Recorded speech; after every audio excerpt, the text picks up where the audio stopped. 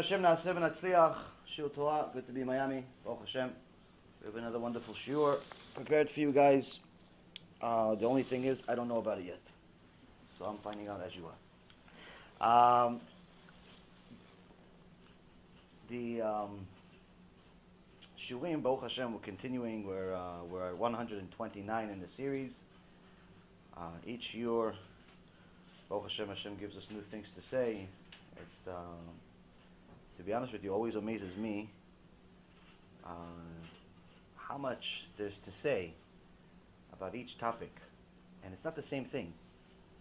It's endless amount of Torah, and that's why it makes me laugh when people tell me, oh yeah, I know a lot of Torah. So, give me a chidush. Oh, I don't know anything. You said you know a lot of Torah, give me a chidush, give something, no? Don't be cheap. And the thing is though, is that we don't realize sometimes that you're actually obligated to have chidushim. You're obligated to have chidushim sitting at the tip of your tongue at all times. You're obligated to have something prepared, because that is actually part of the fight with the Satan. It's part of the fight with the Yetzer Hara. It's going to come to you in different ways, whether it be your friends, or it be your parents, or it be your partner, or it be your kids, or it be your neighbor, or your boss, or so on. That's actually one of the things we learned from David HaMelech. How he says to Hashem constantly, throughout the Tehillim, that he'd enjoy just talking all about him. Kol hayom isichati. All day, that's all I talk about. I talk about Torah. But sometimes, what you thought you're going to say doesn't come out. What is the light that's in my eyes for some reason? It's a truck vision. Sometimes the siyata d'ishmaya, the assistance from heaven that you thought you're going to get, doesn't come when you thought. Sometimes you plan one thing, you say something else. Sometimes you have a question, the person doesn't know. One time a person comes to Rav Kanievsky, Shichye, and he says to him, Kvod Rav, I have a pay package, a retirement package from the company. I worked for them for 30 years, and I'm retiring in 10 months from now. And I figured I'd take this $350,000 I have, I saved up all my life. I'm going to get it from them and buy a house here in Bnei Brak. Nice, everything good. What do you think, Rav? The Rav says to him, come back to me when you have the money. So the guy got worried. He says, what does it mean? What does the rabbi mean? What does it mean? I'm not going to get the money? What, does he know something? Maybe he has Ruach HaKodesh. He has Ruach HaKodesh. He knows maybe in the next 10 months the company is going to go bankrupt, and then the stock market is going to crash to nothing, and I'm not going to get the money. Whoa! Last 10 months of his career was like Gehenom. The guy misken, he's worried every day. What does the rabbi mean? What does he mean? How come he says, come to me when you get the money? I don't understand. Why? Why would he say such a thing? Why does he think I'm not going to get the money? These people are really honest. They're really nice to me. They're always saying hello. Why? Why is she looking at me that way? Oh, the guy all day, all night, he has stories in his head. He's torturing himself. Why? Because he takes the words of the rabbi and he says he has to mean something else. After 10 months are over, Baruch Hashem, he retires. Shalom, shalom. Here's your check. That's it. He comes to the rabbi. He says, Kvod Rav, I got the money. Oh, Baruch Hashem, good. So what do you think? Should I buy the house? Yes. That's it. Good. I don't understand, Kvod Rav. Why didn't you just tell me this 10 months ago? Because, 10 months ago it wasn't realistic. 10 months ago you didn't have the money in your hand, so Hashem didn't give me the answer in my head.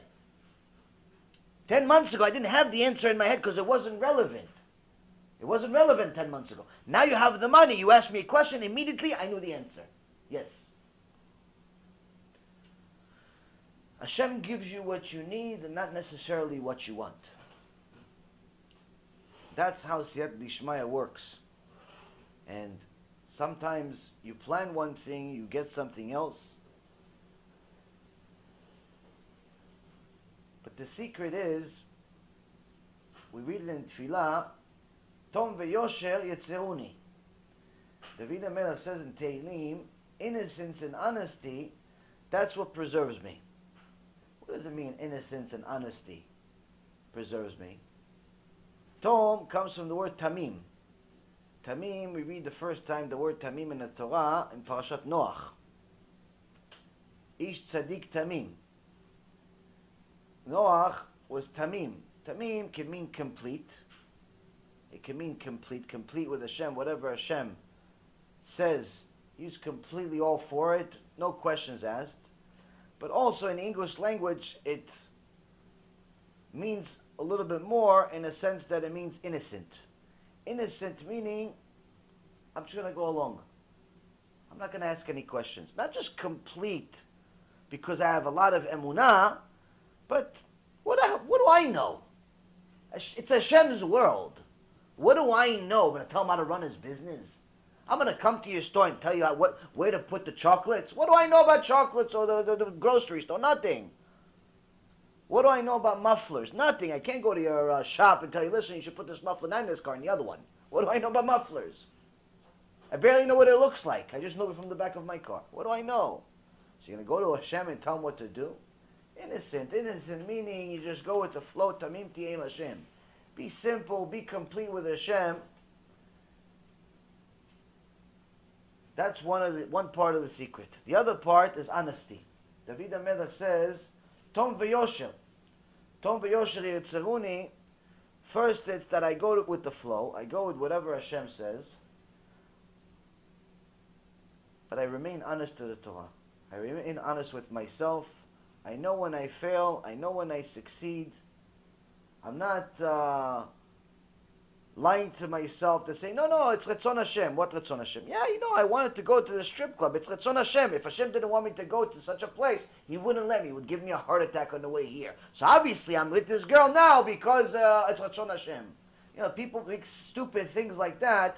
They lie, they steal, they rob, they kill, everything. No, it's Hashem. If Hashem didn't want it to happen, it wouldn't happen. They blame Hashem for all the tzarot. For all the yetzara, they blame Hashem. That's called Naval Birshut Torah. Despicable in the name of the Torah. So David HaMelech says the real secret is, Rabotai Karim, is you have to be honest. Honesty begins with yourself. Because if you're not honest with yourself, there's no such thing as honesty with anyone else. If you're going to lie to yourself, you're going to believe your own nonsense, there's no hope for you. There's no hope for you. I remember I used to have this kid work for me. He was in his mid-30s at the time. I always call the people that work for me kids for some reason. Even though I was the youngest. It's very funny. I found them all immature, so I would call them kids. But that hasn't changed much, actually. Call you guys kids also when I talk about you guys to my wife. Yeah, the kid over here, this kid. Yeah, I always call you guys kids. Yeah, just realize that. That's what happens when you feel like you're 900 years old. Anyway, Baruch Hashem. So, the guy, he would tell people on the phone, it would always drive me crazy, how people could literally believe their own nonsense. But one time I saw with my own eyes, he would tell the people on the phone that he's successful and he has a private jet, he has a private boat and a private this. Eventually I had to fire him because I couldn't stand it. I can't stand liars. Even though it had nothing to do with the business itself, he wanted to impress people as if he's successful and therefore they're going to do business with him. And now initially I would tell him, why are you doing it? Oh no, because of this or that. I told him, stop doing it. And he didn't stop. He would try to do it quietly as if I didn't hear or I won't find out. Anyway, I realized that the more he said it, the more arrogant he became, like the way he carried himself. And I started realizing that the more he said it, the more he started believing his own nonsense. Like he actually started believing like he owns all this stuff. Like he actually started believing his own nonsense, like he's this big deal. And I'm like, I said last week you made $250. Like what boat? What you can't even get a ticket for the boat. What boat do you own? And I never understood it, but that's what happens. When we do things, we do with action. We take word, we take action on some things, we start believing it. This has a negative impact and a positive impact on a person. You can use it as a negative to in a positive way. In a negative way, like this guy, where you're literally feeding yourself lies and you believe it. No, I'm good. You know, people tell you, no, I'm okay. No, I already learned this. What'd you learn? You didn't come to the show. How do you know you learned it already? I already heard. What did you hear? I learned the Pirkei Avot already in the Knesset. Yeah, but maybe it's not the same thing. It's the same book, but maybe it's not the same teachings. It's, Torah is endless. Sometimes people they're so stuck in their own way, they assume they know everything. They're a danger to themselves. But you could also use it in a positive way, like we talked about last night. One of the wonderful ways that a person can make themselves happy is by giving themselves reinforcing encouragement of all the things they actually do have. Thanking Hashem, being grateful to Hashem for the things that you do have. And not just focus on the things you don't have. Once you start focusing on the things you have, you realize you really are rich. If you're alive, you're healthy, you have a roof over your head, you have somebody in your life that cares about you, you're already richer than most people in the world. Unfortunately, the Yetzer Hara is constantly in our ear trying to convince us to focus on the things we don't have. Yeah, you have a car, but it's not the car you want. You have a house, but look at the house your friend has. That's a house. And by the way, as soon as you get his house, like, yeah, it's a house for now. For now, it's good. For now. Until you... And it never ends. So, a person needs to be innocent with Hashem and honest with himself. Innocent with himself and honest with Hashem. Same thing with both. Why? That's what preserves you. That's what preserves your relationship with Hashem Yitbarach through thick and thin. If you're going to lie to yourself, your relationship is going to be based on a lie. You won't survive tough times. People that lie to themselves and pretend like they're tzaddikim, they pretend like everything is good. They already know everything. They already learned everything. They're pretty much they're at a stage of their life where they could just coast. Those people usually become the first one that become kufrim. As soon as there's a flat tire in their journey, they're the first ones to throw Hashem under the bus. And that's why a lot of times you're going to see people fold under pressure. And people are surprised when people fold under pressure. But the reality is they've been folding the whole time. It's just that you didn't see it. When you hear horrible stories like this one that I heard about a year ago, actually two of them, two religious guys with a wife. In one case, I think it was 8 children. Another one, I think it was maybe 5 or 6. The husband one day decided to just pick up and leave. Took all the money from the bank, emptied out the bank, and decided to go out with some non-Jewish girlfriend, and left the family for dead. And this is in Yerushalayim. It's not like it's okay. You know what? If it happens in New York or it happens in California, you're surrounded by 400 million goyim. You're surrounded by tum'ah. There's so much Yetzer Hara here. You don't even know if there's Yetzer Hara Tov. Fine, okay. You can make a lot of excuses for America. It's Egypt after all.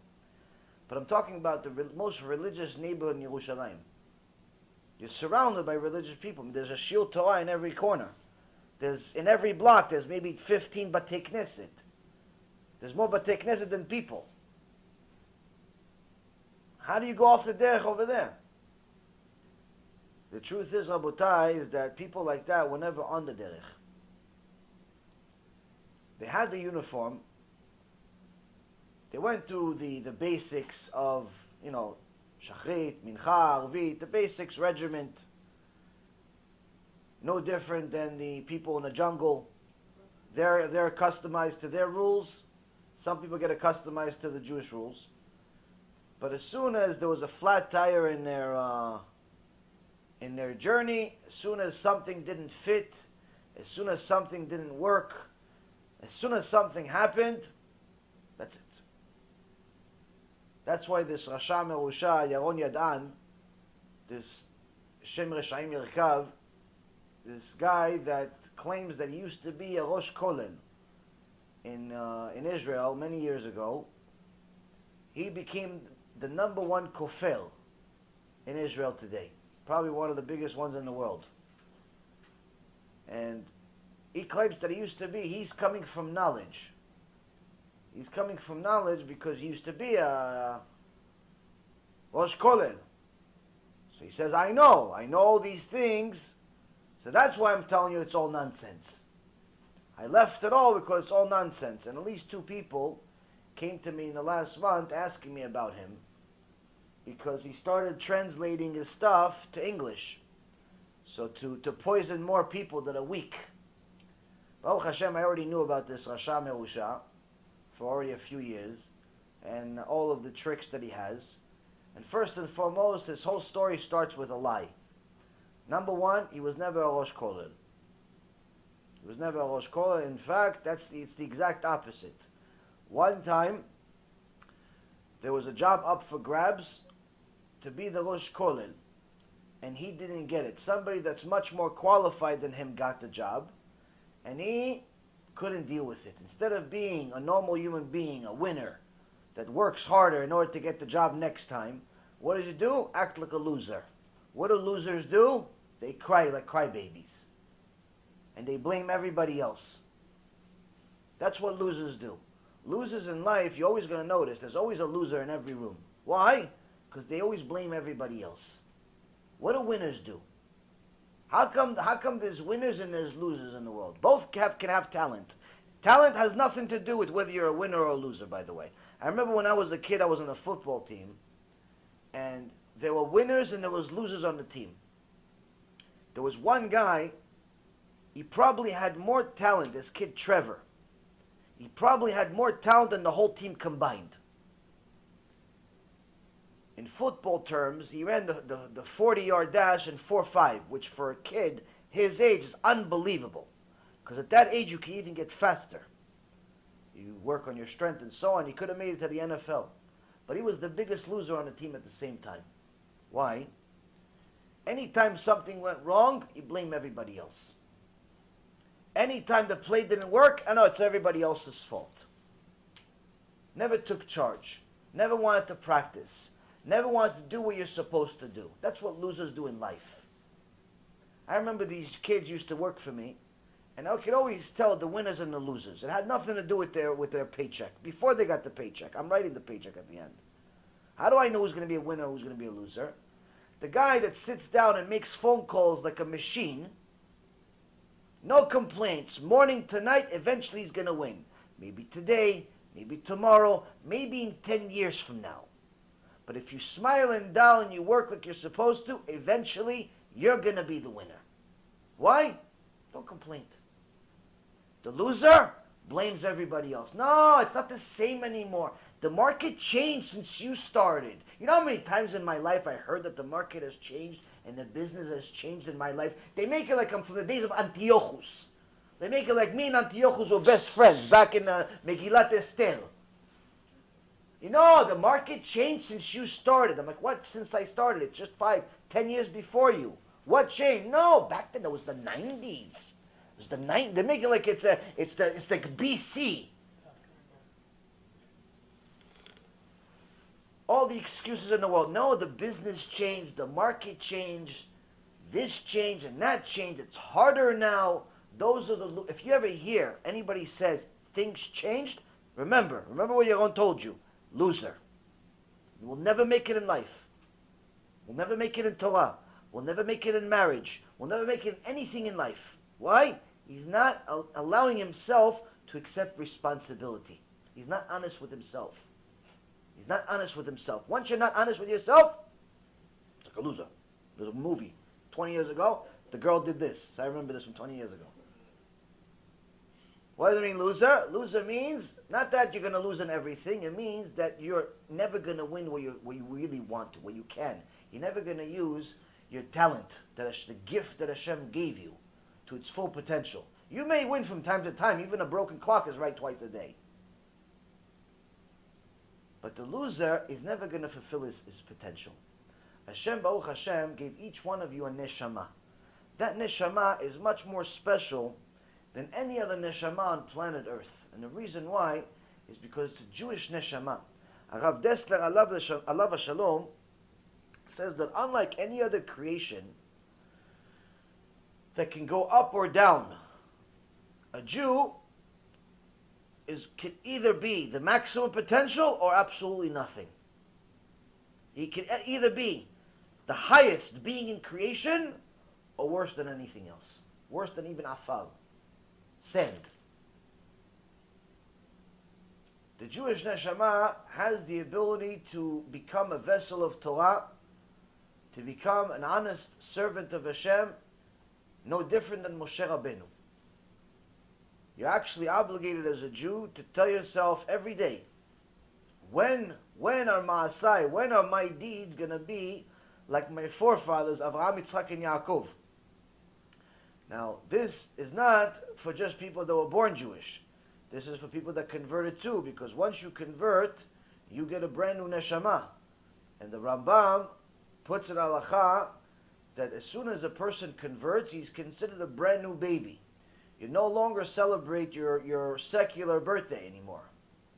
The new birthday that you have is the day you converted, because what you became once you converted and what you were 2 minutes before are two completely different people.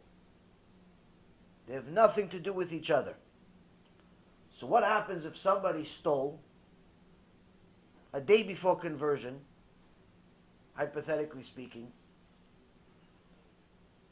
Does he have to return the money or no? It's a different person, Rambam says. His birthday on the day of conversion, you dip into the mikveh, you're 0 years old. By the way, I'm married to a 4-year-old. In some 4 or 5 years old. In some states, they may arrest me. Be'emet, I'm asking you. What happens? The Rambam says you're 0 years old.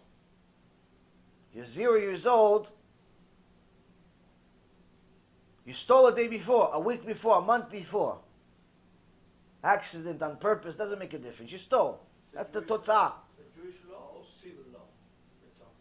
Stole. Somebody had money in his pocket, you took it. Doesn't make a difference. Jewish law, civil law, whatever law you want. Yeah, but before converting? Before converting. Was a goy. Before converting, he was a goy. Conversion spiritually? Yes.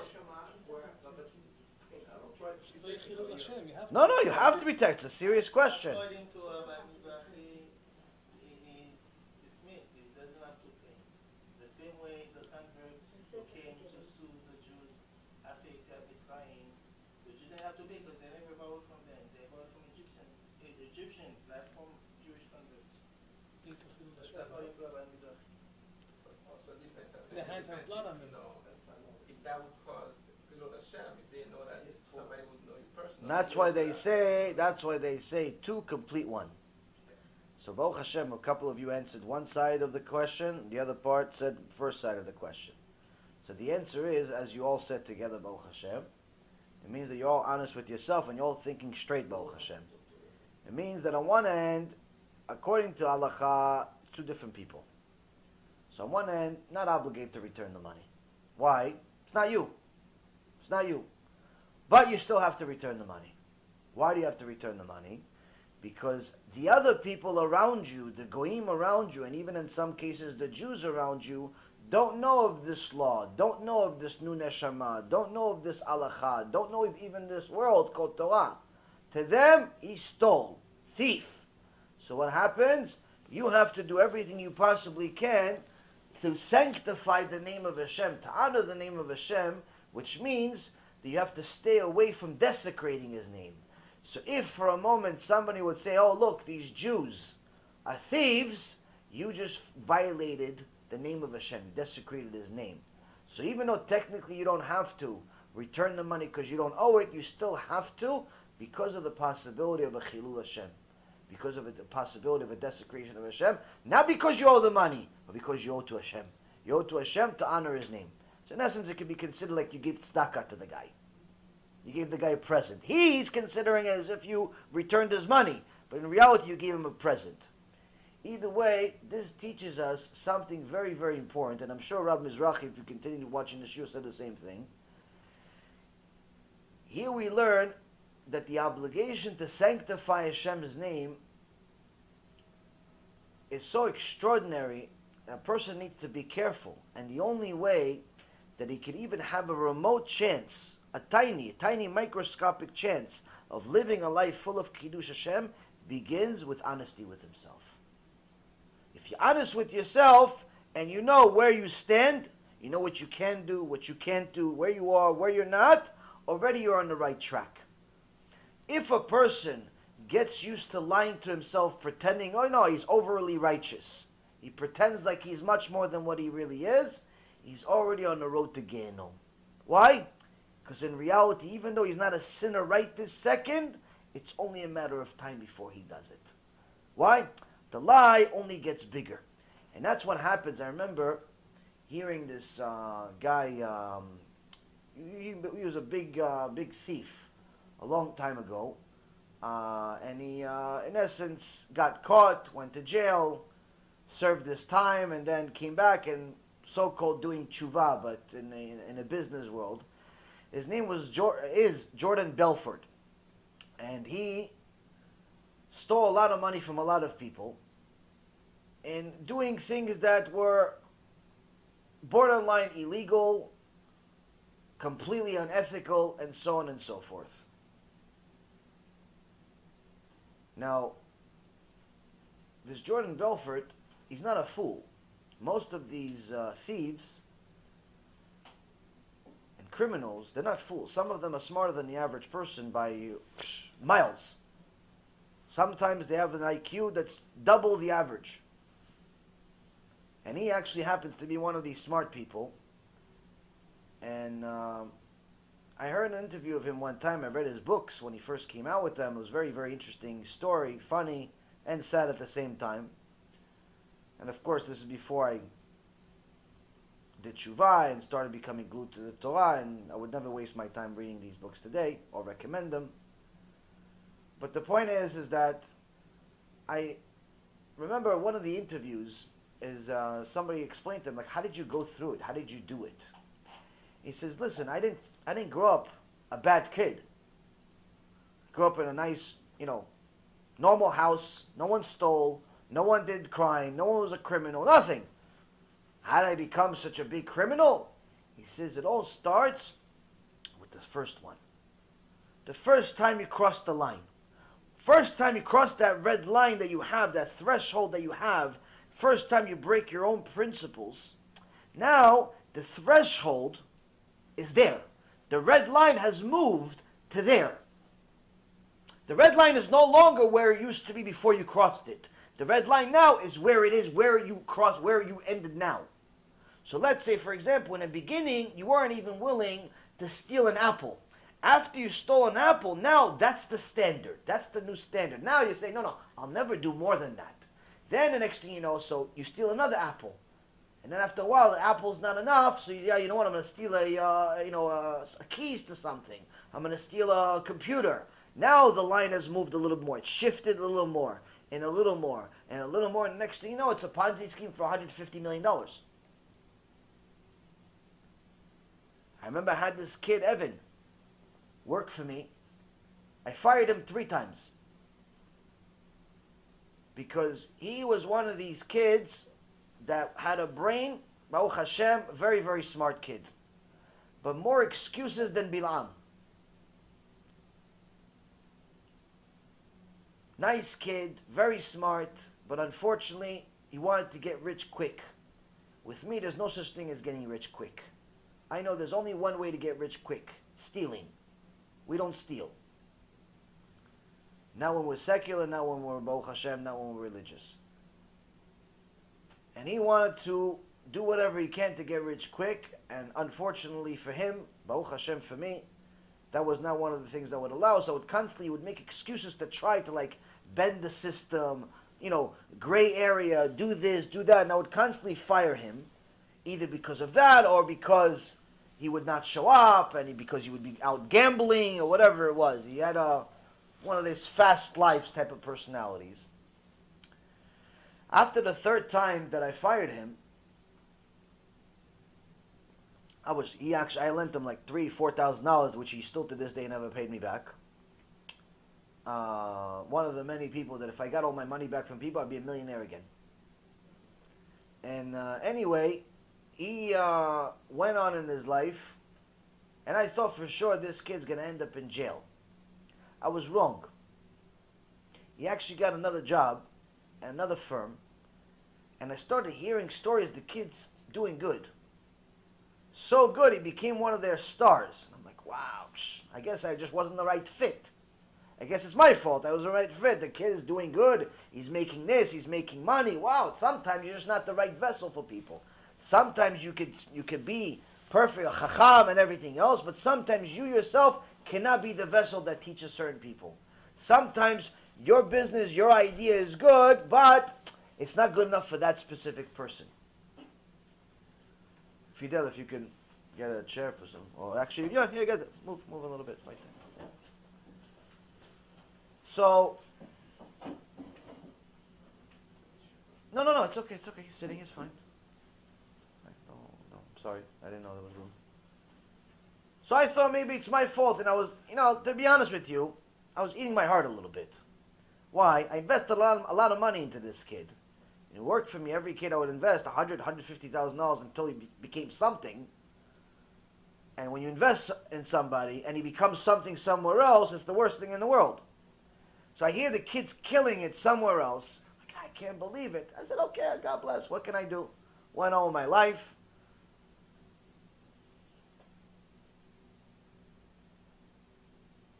After I left the business already, I believe this is maybe 5 years ago, I guess. I get a phone call from somebody or a text from somebody. I don't remember what it was. Did you hear? I said, hear what? Hear about Evan? I said, no, what did you hear about Evan? I haven't heard from the kid in years. He stole me $3,000. Even though he was making money, never gave him the money back. He goes, no, you didn't hear. He goes, what? Turn on the, go onto this link, go to this website. Ponzi scheme, jail sentence. Why? Had so much talent. Had so much talent in that kid. Why? Why Ponzi scheme? Why are you stealing people's money? He took people's money and went to gamble with it in the casino. People invested their hard savings, their life, the hard-earned money. He took it and went to the casino, played poker with it, lost the money, and then he couldn't give it back to them. Good for them that it was only 6 months. 6 months, 8 months before he got caught. Most Ponzi schemes go on for years. What happened? Loser mentality. He's not the only one that I know. There was another guy, I can't even say his name. It's like Beetlejuice. You say his name, he comes back to your life somehow. He's, Baruch Hashem, also in jail. Very dangerous person. I used to work for him. This guy named Taima. Also had all the talent in the world, could have become a billionaire if he wanted to. Loser mentality. What's the loser mentality?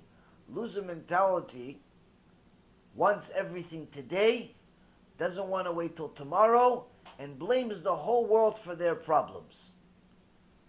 They only say, I don't have it all today because of them, because of him, because of this and because of that, not because of the person that I see when I look in the mirror.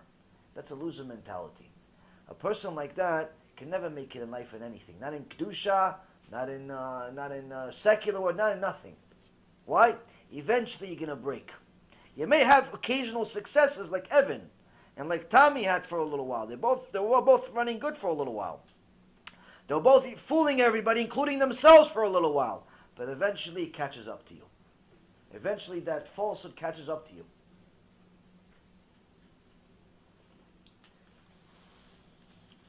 this is one of the important things that a person needs to just start off. Just to start off his day, he has to start off understanding that he has to be honest with himself. Where do I really stand? Where do I really stand? Am I a winner or am I a loser? Not am I a winner or am I a loser based on what I have in the bank. It has nothing to do with it. There's plenty of losers with millions in the bank. And there's plenty of winners with nothing. A person has to ask themselves, where do I stand? Am I really using my talent? Am I using my potential? Or am I just really good at excuses of why I didn't make anything out of myself? This is one of the most important things that a person needs to know in their life, because in the Avodat Hashem, the serving of Hashem, a person is obligated to reach something called Shlemut. Shlemut means completion. You must become Moshe Rabbeinu, your own version of Moshe Rabbeinu. You must become Sarah Imenu. No, but I'm just little Dvorah. No. Sarah. I'm just little Betzalel. No. Moshe. If you don't shoot to become Moshe, you'll end up becoming Bilam. If you don't shoot to become the best, you'll settle for the worst. You are giving a soul that has the opportunity, that has the ability, and that has the obligation to reach Shlemut, to reach completion, like Moshe Rabbeinu. Never once say, no, it's too hard for me. It's a loser. It's a loser mentality. It's a loser mentality.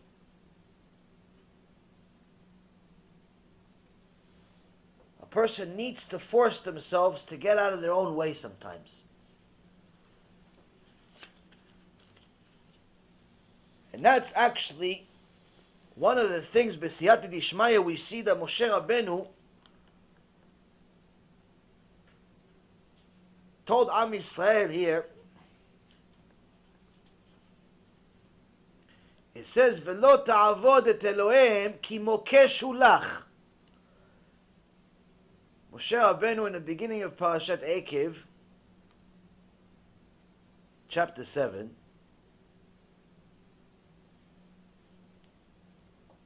verse 16, it said, "You shall not worship their gods, for it is a trap for you." It's a trap for you. Mokesh is a trap. I think it's also the Hebrew word for a mine, like a landmine. Mokesh is a landmine. Elohim could also be, it doesn't mean their gods only, it means their thoughts, their beliefs, their customs. If you surround yourselves with losers, they will be your trap. They will be your landmine. They will be the poison that you keep drinking and asking yourself, why am I sick? It's your surroundings. If you surround yourself with losers, you will become a loser, even if you started off as a winner. If you surround yourself with secular people, you will become secular. I don't care if it's your mother or your father or your cousin or your best friend, whoever it is. If you don't bring him up to the Torah, you will fall down with them. You have to bring people up to the Torah. Now, how do we get to this level of shlemut, this level of completion, where we're literally servants of Hashem, but we're like little mini Moshe Rabbeinus and Sarah Imenus, like mamash, something amazing. Each one is little Kodesh Kodashim, Sefer Torah walking. How do we get this shlemut? That's what this Mishnah is going to talk about a little bit, B'ezrat Hashem, today. The Mishnah in Avot, by the way, where's the clock, the little clock, if you don't mind giving it to me from there, so I know where I'm at. I could talk to you till the morning. I don't know if you guys want to talk to me till the morning. So the Mishnah in Avot, The Mishnah in Avot here, we're starting a new Mishnah Be'ezrat Hashem. And it says, this is Hey Kaf Gimel, 523. Yehuda ben Taima Omer, Eve Az Kanamel, Vekal Kanesher, Ratz Ketzvi, Vegibor Ke'ari, La'asot Retzon Avicha Shebashamayim. It's a short Mishnah, Be'ezrat Hashem, we'll try to complete it today.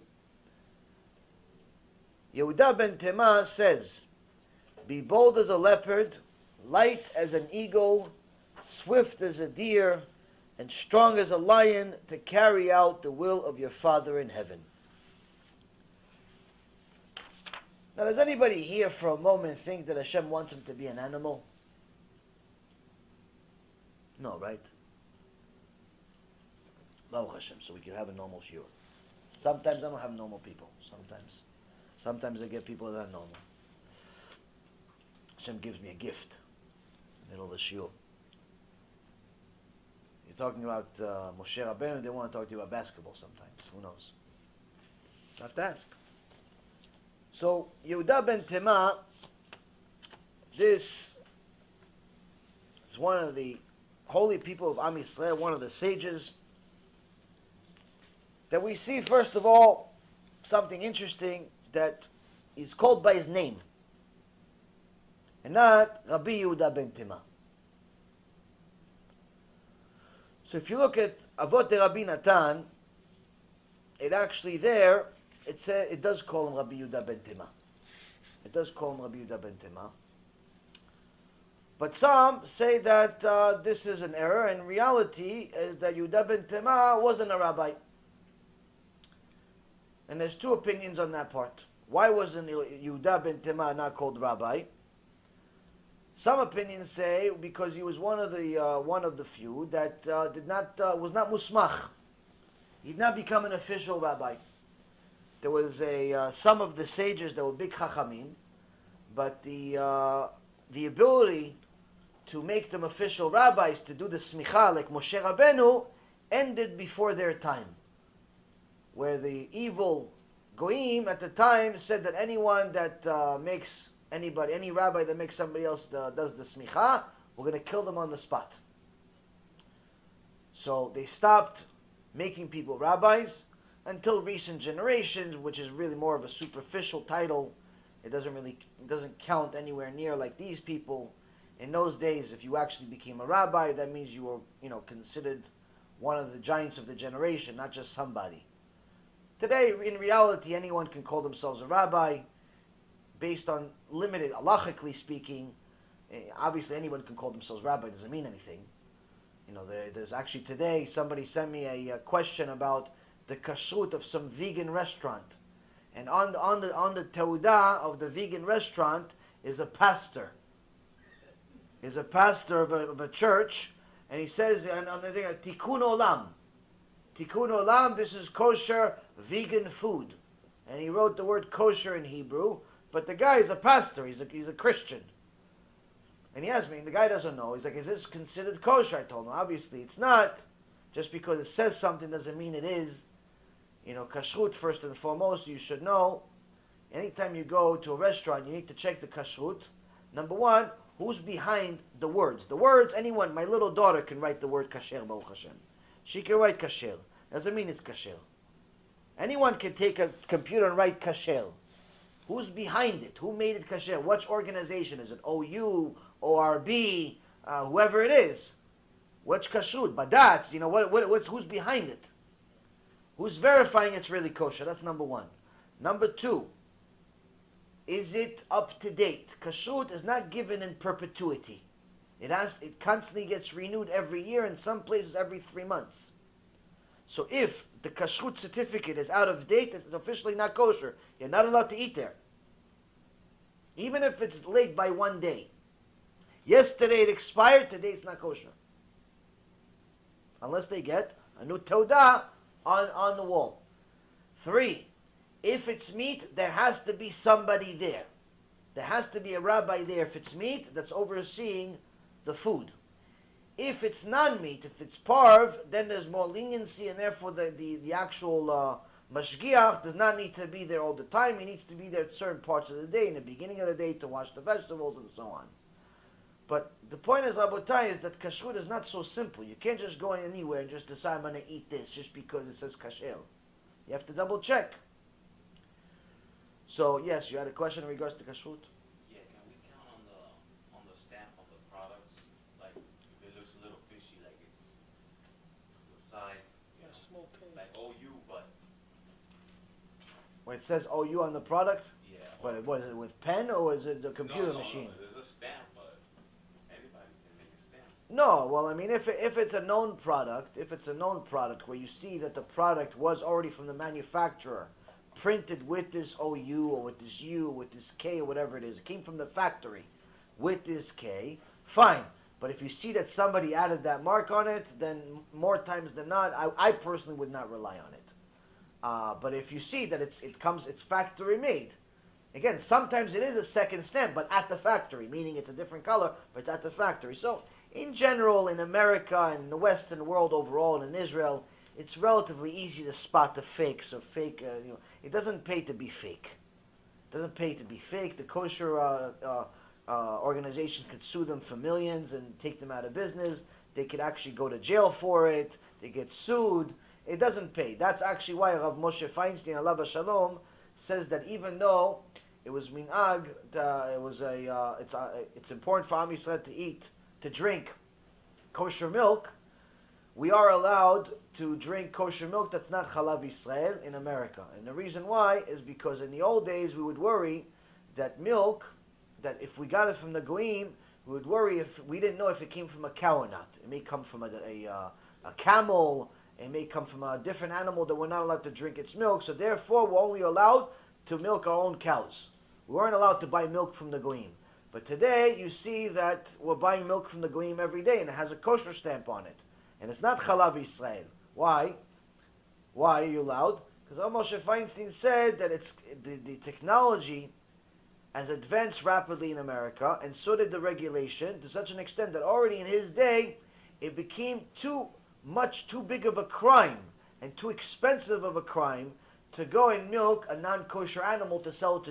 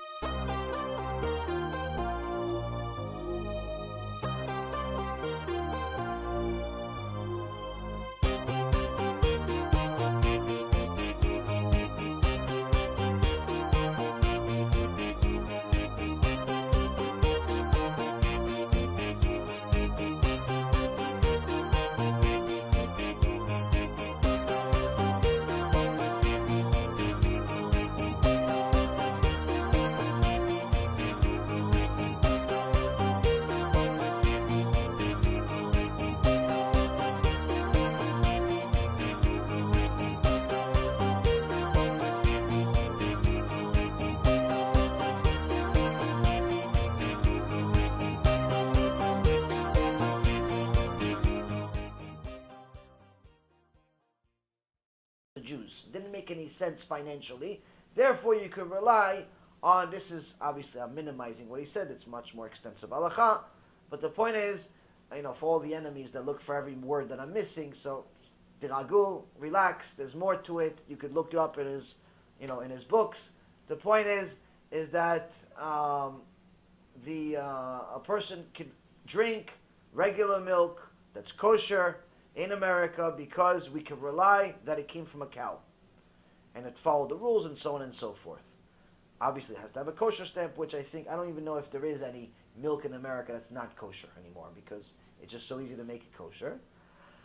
But if a person wants to take on himself something that's considered midat chasidut, he wants to drink Chalav Yisrael, eat product that's Chalav Yisrael, Ashra v'Ashra Chelko, and the Sfarim HaKadoshim say, even Yalkut Yosef and other halachic books talk about it and say that somebody that takes them on themselves that type of midat chasidut, that stringency, where they only eat and drink Chalav Yisrael, they will definitely get a special blessing from heaven for doing so.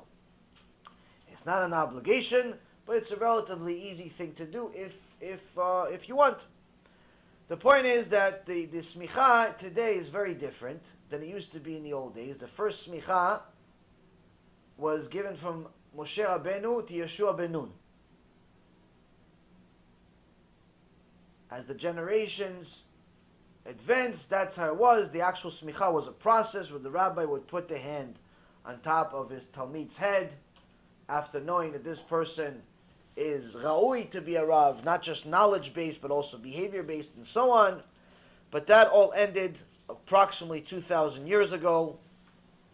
But in recent generations, the smicha has returned in a slightly different way, based on taking a test in some regards, or based on a mikzoah, based on a profession.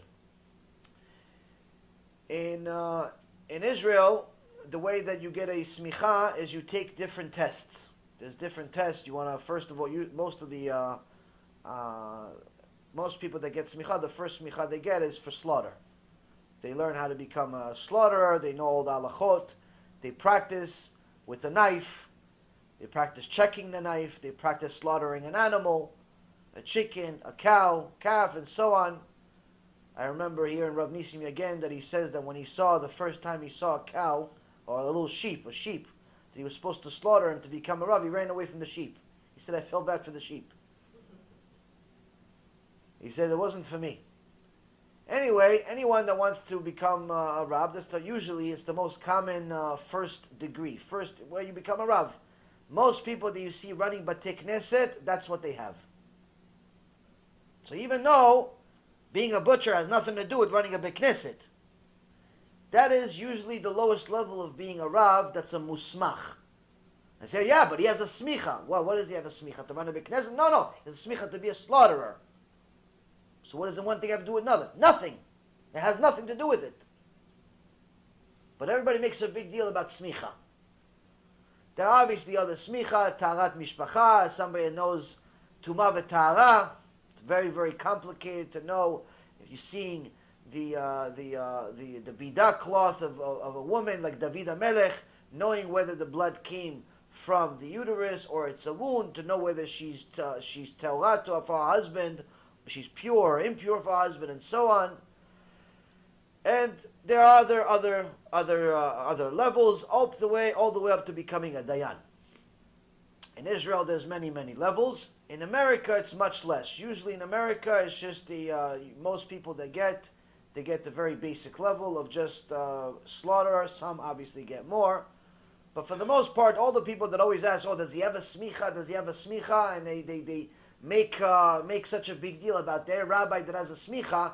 The reality is they don't even know what it means. They don't know that their rabbi that has a smicha in the Beit Knesset, he has a smicha to slaughter cows, which has nothing to do with anything, unless he's slaughtering cows, of course.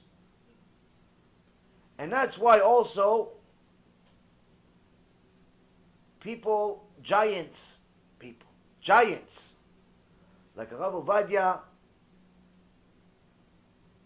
Rav Eliashiv, and some of the biggest rabbis in recent history never actually got a smicha. They never took a test. Why?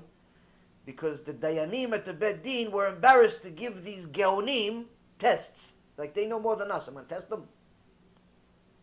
I'm going to test Rav Ovadia. Even before Rav Ovadia became the biggest Gdol Hador, even as a little kid, they knew he knew more than them. At 13 years old, he knew more than the dayanim.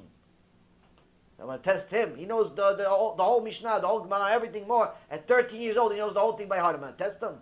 It's embarrassing. You have to give kavod to Talmid Chacham. Doesn't matter how old he is. So there's something called Gaon Mukar. Gaon Mukar means that everybody knows this guy is a Gaon. This guy, not just based on knowledge, midot, and so on, but actions.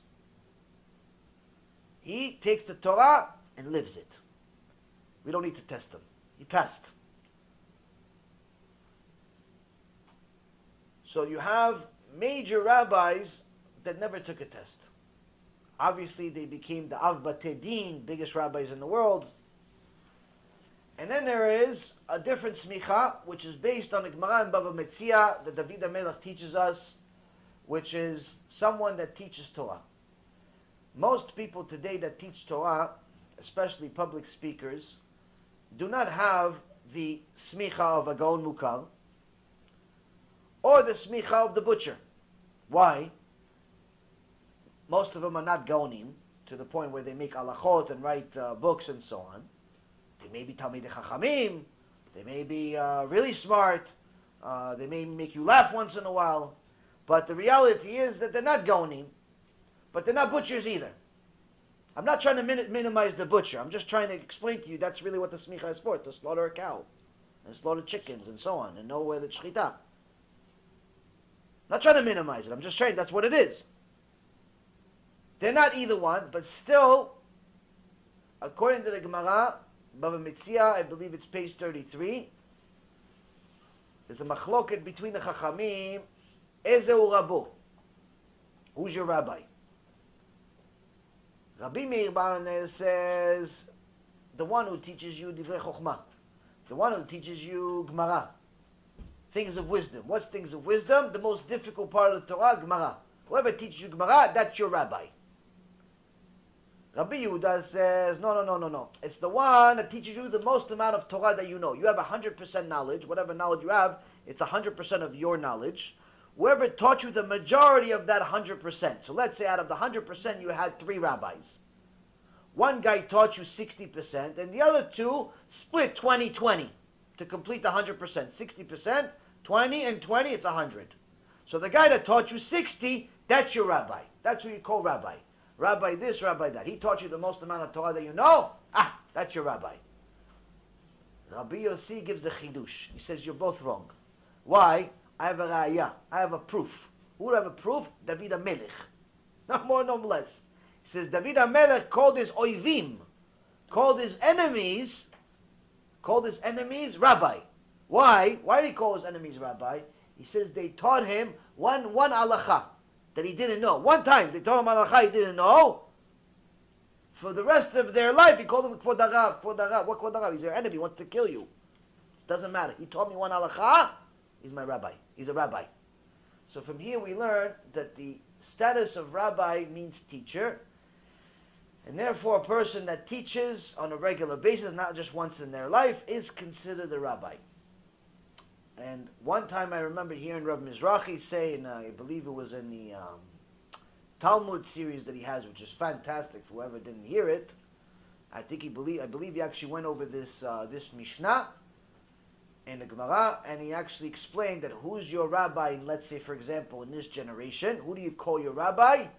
Your rabbi is the guy that saved your neshama. That's your rabbi. You may learn some halacha or daf yomi to Knesset. You may learn some this, some that here and there. But the guy that took you out of Gehenom is taking you to the Gan Eden, that's your rabbi.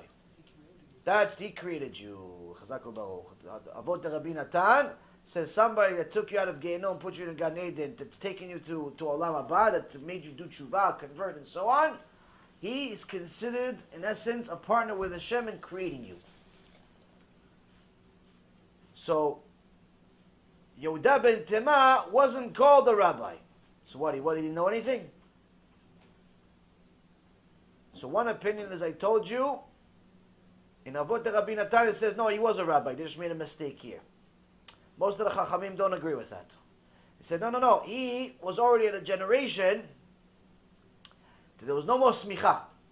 There was no more smicha. It was already too late. They weren't doing smichot anymore. But obviously he's a giant that can revive the dead. So he's in the Mishnah. He's mentioned all over the Gemara in many places. Masechet Eruvin and so on.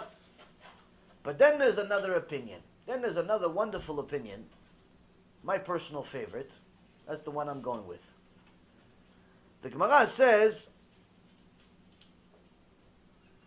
Gadol mirav Rabban, Gadol mirabban Shmo. There is levels of titles that you see in the Torah for the Chachamim. It says the lowest level is Rav. Rav. If he's more than just a Rav, this guy is he's a what?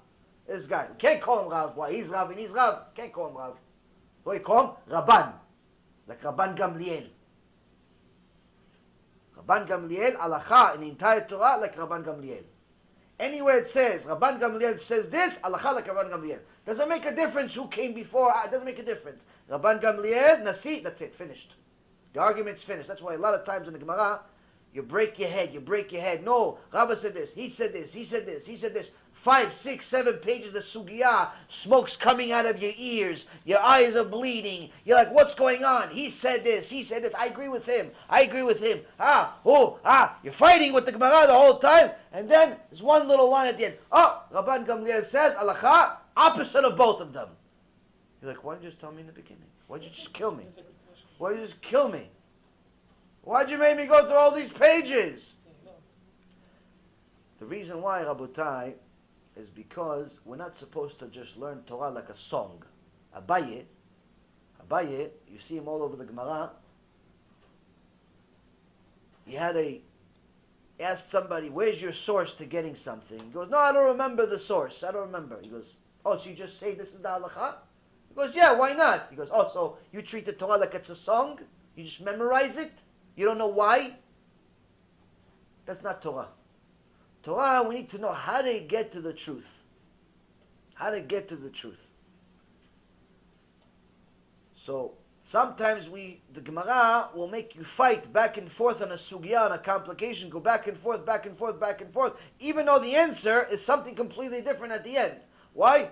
To show you that all of the other possibilities are not true. And how to arrive at the truth.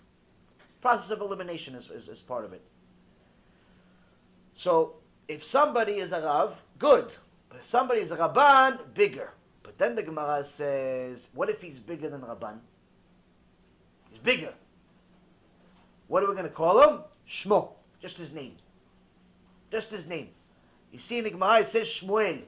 Why Shmuel? What happened Shmuel? Shmuel is bigger than Rabban. Bigger than Rav, bigger than Rabban, bigger than everybody. You see sometimes names in the Torah, Avraham Avinu. You don't say Rabbi Avraham. No, you don't call Rabbi Avraham, it's Avera. He's not a rabbi, it's Avraham, Yaakov, Yitzchak, Aaron, David, Shlomo. Why? Waiting just because they were, no. Because they're bigger. So Gadol Mirabban Shmo. So that's the one I like. That's the one I'm going with. But all of them are right in reality. Zeh v'zeh, all of it is Divrei Elokim Chaim. Based on the time and just this finishing the introduction, I don't think we're going to finish this Mishnah tonight, guys. Ken, that's also part of the tables. That's also part of the tables. Lower. Bigger than Rabbi, not Rav. Okay. So, there's a list I'll send you. I don't remember all the things, but there's a list. Shows who, what, when, and how. In general, though, you should know that the titles meant much more up to the Rishonim, up to about 900 years ago. After that, things changed drastically. Especially in our generation. Every guy that knows one Gemara by heart is considered a Gaon, even if you don't know what a Gemara is. The guy mentioned something in his shiur, and he gave you a sgula for a red string. Yeah, this is a gaon, mukar, kadosh, da-da. The 5 lines just describing all the machmaot, all the compliments on the guy. No one knows anything. One time a guy goes to one of these babot in Israel, and he says, listen, I have this problem, that problem, this problem, that problem, this problem. I heard you have a cure. He goes, I have a cure. He goes, what is it? Because you have to buy this water for me. He goes, how much? $1,000 only. $1,000, a little bit of water, no problem, it's good. He goes, okay, I'll buy it. I have so many problems. I have the last $1,000, I'll give it to you, no problem. Just solve my problems. Okay, I'll be right back. The old Baba with the whole uniform that he had, looked like he just came from Star Trek. You know, I had the hood on and the thing, Star Wars, like the guy Obi-Wan Kenobi. And had the whole Star Wars uniform and everything. The only thing he didn't have is a light stick. And anyway, the guy goes back. In the meantime, the guy that's sitting there sees these big books on the table. Big black books, no letters on them though. You know, he's curious. What's in these books? With Sifrei Kodesh, maybe there's secrets, maybe there's Kabbalah, maybe there's like Moshe Rabbeinu. He said, "Who knows what's in this thing?" So he opens the book. He sees Mickey Mouse. The books were Disney books. It's the only books you could find that were really, really big, really, really intimidating, and black. No title on them. Mickey Mouse books. Nobody ever opens the book. So when the old man came, said, "Oh, saw that he opened the books. He's caught. He's caught." He says, "Lo mitbayesh. You're not embarrassed of yourself, you liar, you thief, ganav. Lo mitbayesh. You take money from poor people, $1,000 for water." He goes, "What am I going to do? It's my living." He goes, "Do something else. Get a job." He goes, "I'm too old." He goes, "Where'd you get the water?" He goes, "The faucet." The faucet. He goes, "Why? Why don't you at least pretend to know something? Have Sifrei Torah." He goes, "I don't know how to read. I don't know how to read. The only thing I like is Mickey Mouse." People fall. Now, you're going to say the guy is a Rasha, right? And you're right, he's a Rasha. But his clients are also Rashaim. The guy is a Rasha, but his clients are also Rashaim. Don't be mistaken thinking he's the only Rasha. The clients are also Rashaim. Why? They're looking for a shortcut. Anyone that's looking for a shortcut is what we talked about in the beginning of the shiur. He's a loser. He's looking for an excuse. He's looking for a quick fix. He wants to get rich overnight. Overnight. Now I want to buy this one stock and it's going to go from 0 to 50 billion. Yeah, but what do you know about it? I don't know. I just had a cool symbol. What do you know about the... No, nothing. Well, you started a business. Why'd you start this business? I don't know. I just figured I'd become a millionaire in a week. Started an online store. So many people start these online businesses, and after it doesn't work out, after 2-3 months, they quit. Why'd you start if you're going to quit after 2 months? Oh, it didn't work out. Nothing works out after 2 months. Nothing works out after 2 months. What do you think? People think that things are supposed to work. If it doesn't work right away, it's not going to work. Nonsense. Good things take time. And if it comes quick, there's a problem. You should be worried when it comes quick.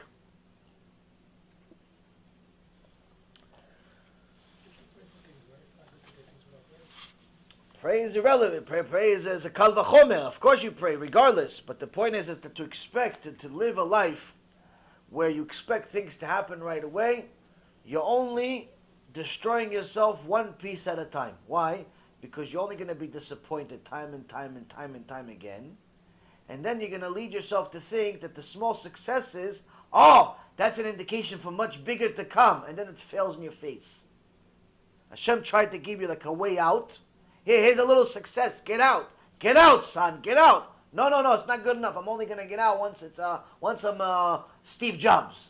Okay, so now you're going to be Steve Jobs before you became a billionaire. When you're still a little kid, trying to figure out what he's going to do, whether he's going to ride the bicycle or not, before he had $5 in his name.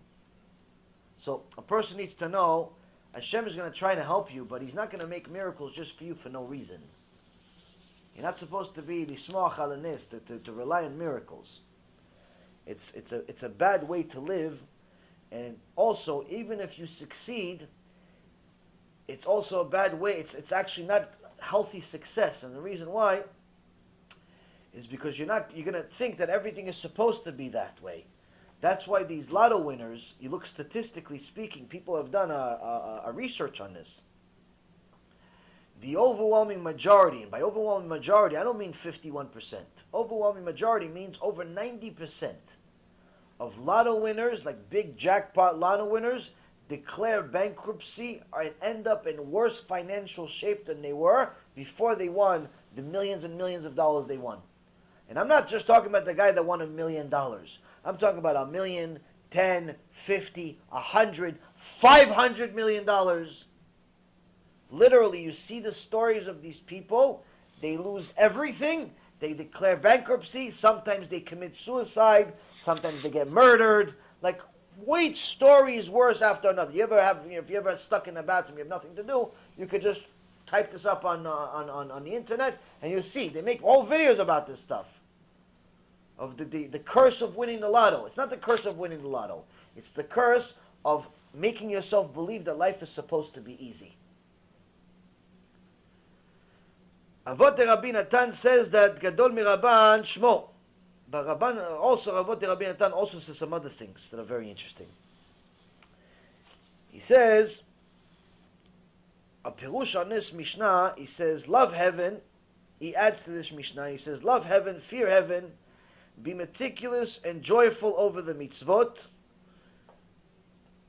In essence, he's trying to tell you, what does it mean to be bold like a leopard, light like an eagle, and so on. He's trying to tell you that this is how you're supposed to treat the mitzvot, and how you're supposed to treat all the opportunities to get closer to Hashem, to get the Shlemut, to get to completion.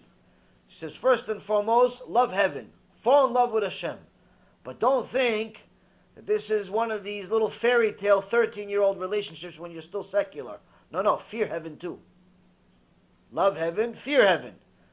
Be meticulous and joyful over the mitzvot. Be passionate about the mitzvot. That's how you end up falling in love with them. If you're not passionate about buying an etrog, you're always going to look at it as expensive. If you're not passionate about building a sukkah, it's always going to be annoying. I got to build this thing again. If you're not passionate about Pesach, you're always going to look at it as like, yeah, it's almost over. It's almost over. If you're not passionate about the mitzvot, then all you're doing is suffering. All you're doing is suffering. So Rabbi Natan says, be passionate about the mitzvot, joyful about them, but also when it comes to treatment with your friends, your colleagues, your wife, your husband, you have to make sure that you judge yourself, you're honest with yourself. How so? If you did some small injustice to your friend, you did something wrong, view it as a major infraction. Don't be too kind to yourself if you did something wrong to somebody else. Nah, come on, I just bumped into him. What's the big deal? I just forgot to give him the money back. What's the big deal? I forgot. I'll give it to him tomorrow. I forgot to give it to him. Big deal. Forgot to give it to him. Forgot to pay him. Big deal. Wrong. It's avera. It's a sin. It is a big deal. When you pay him the next day, you have to say, I'm sorry. Why? Because like I said, if now it's not a big deal, you say, no big deal, I'm going to pay him. The next thing you know, you're now late 2 days. Because the line has changed. You've shifted the line. The red line has shifted. It became as few hours, then it's a few days, then it's a few weeks, then the next thing you know, you don't pay him for 6 months. It's a big deal, has money from somewhere else. If he survived till now, he's fine. And that's what happens sometimes. You have these poor people that work for certain companies, and they don't get paid from these companies for months. And it's not because the companies don't have money. It's because the companies simply don't want to pay. And they know these people, these poor people don't have a choice. First, they make thing, oh yeah, he's late only a week. He's always late 1 week. So you wait 2 weeks. Where's my check? Where's my check, boss? I don't have your check. Next time, next week. So the guy waits another 2 weeks. No, I have the check. No, I don't have the check. Next month. What's the guy going to do? He knows if he quits now, the guy's never going to pay him. He needs the money. So he buys more time. Next thing you know, the guy is dragging him along for 2, 3, 4, 5 months. And it's not because he doesn't have the money. It's because he doesn't have midot. He lets the line keep going and keep going and keep going. You have to be very honest when it comes to money. If you're not honest with money, most likely you're not going to be honest with anything else.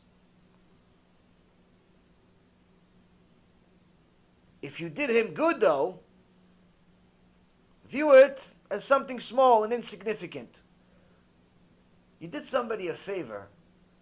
You gave him a ride somewhere. You lent him a little bit of money, or a lot of money. Set him up on a shidduch. Whatever you did.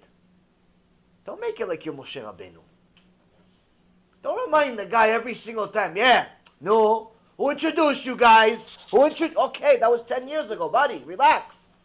That was 10 years ago. We have to remind my kids that you introduced us 10 years. Relax. Take it easy. It was Hashem at the end. You just used a vessel. You see this house? Who lent you the money? No. Who loves you? If you love me, you wouldn't remind me. Some people, they chase kavod so much, they want so much kavod, so much honor, they can't get over the fact that maybe he didn't thank me enough, so I have to remind him. I have to remind him to say thank you. Okay, he said thank you now. I have to remind him again. It's a good story. Okay, second time, third time, 10th time, 20 times. How many times are you going to remind the poor guy? You did him a favor in 1912. Fine, you saved his life even. Enough. Khalas. Relax. Don't make it like it's such a big deal. Why? First of all, no one likes to be reminded that they were in a bad situation or in an unfortunate situation or in any situation that's not superior to now from the past. No one likes to be reminded of it. That's just a reality. Second of all, if he was really grateful, you wouldn't need to remind him. Which means if you're reminding him, even if he says thank you, he doesn't mean it. Someone that means it will say it. If he doesn't say it and you have to force it out of him, he doesn't mean it anyway. What difference does it make to you? It's like asking your dog to bark 3 times. He barks 3 times. So what? People make such a big deal. Oh, look, he got the ball. Okay, he's a dog. He gets balls. Big deal. You said to the guy, say thank you, or you embarrassed him in front of 25 people. He says thank you to eliminate the embarrassment and make himself feel better. If he was really grateful, he would say it. And if he doesn't say it, who needs his thank you anyway? The other reason is, when you get kavod in this world, you're ruining all the schal you're really going to get. All of the reward you're going to get is for mitzvot that no one else knows about. If you make sure that the whole world knows that you donated to the Beit Knesset, and you donated to the Irgun, and you helped this homeless person out, and you helped this guy out, and you helped this one this, and this one that, you're ruining it. I find it really, really funny sometimes. God bless them. People don't know this, so don't take offense to it. But the reality is, somebody has to tell you. And it's nobody in this room, Baruch Hashem. But some people that watch the shiurim need to know it's critical for you to do mitzvot baseter, to do it quietly, behind the scenes. Don't tell anybody. Why? As soon as you tell somebody that you're doing it, already you're getting kavod from that person. That kavod is instead of schar in olam haba. Now, what does it mean? If somebody donates money in a Beit Knesset in one of these auctions, they're going to get kavod from everybody. Wow, look at this guy. 15,000 he donated this year. Psh, wow, chazak. Chazak ubaruch. Now that poor guy that donated 15,000 or 15 million to the Beit Knesset will arrive one day in Olam HaEmet, in the Bet Din of Shamayim, and he's going to ask for a payment. He's going to ask for the reward. Now tell him, oh yeah, here you get a little Cadillac in Shamayim. Here you go. What Cadillac? I gave him 15 million over there. I gave 15,000. I thought you guys pay well. He goes, yeah, we do pay well, but we paid you 99.9% of the reward in the world that you just came from. You only have a little bit left, so that's what we're giving you. You have a little Cadillac left. Why? All the kavod, Steve and Joe and David and Oshri and Gabi and Lad, all those guys gave you kavod, all them. No, what else do you want? They all liked you more. They all did business with you. They all helped you. They all invited you. That's it. That's the reward. You got a lot of reward. No, I want more Cadillacs. Sorry, sir. No refunds. You already spent it. You came with a ticket, but the ticket had holes. In the old days, probably before most of you guys were born, with the exception of Fidel, he's old like me. We go on buses. We go on buses, and they make holes in the ticket. So you go up to Shammai and say, look, I have the ticket. Yes, sir, you have a ticket, but it has holes in it. You used it. You used the ticket. It's an empty Metro card. You know what a Metro card is? They still use Metro cards? Metro card. It's an empty Metro card. Who knows these days? So, a person that gets reward in this world, a sense of kavod, is ruining it for himself. He's going to cry in Shamayim. He's going to cry inside Gan Eden. He's going to get to Gan Eden, no problem. But he's going to cry inside Gan Eden. Why? He has only one world instead of 310. He's going to be in Gan Eden crying, miserable. Why? Look what I could have had. If I just simply didn't get the kavod for a couple of minutes.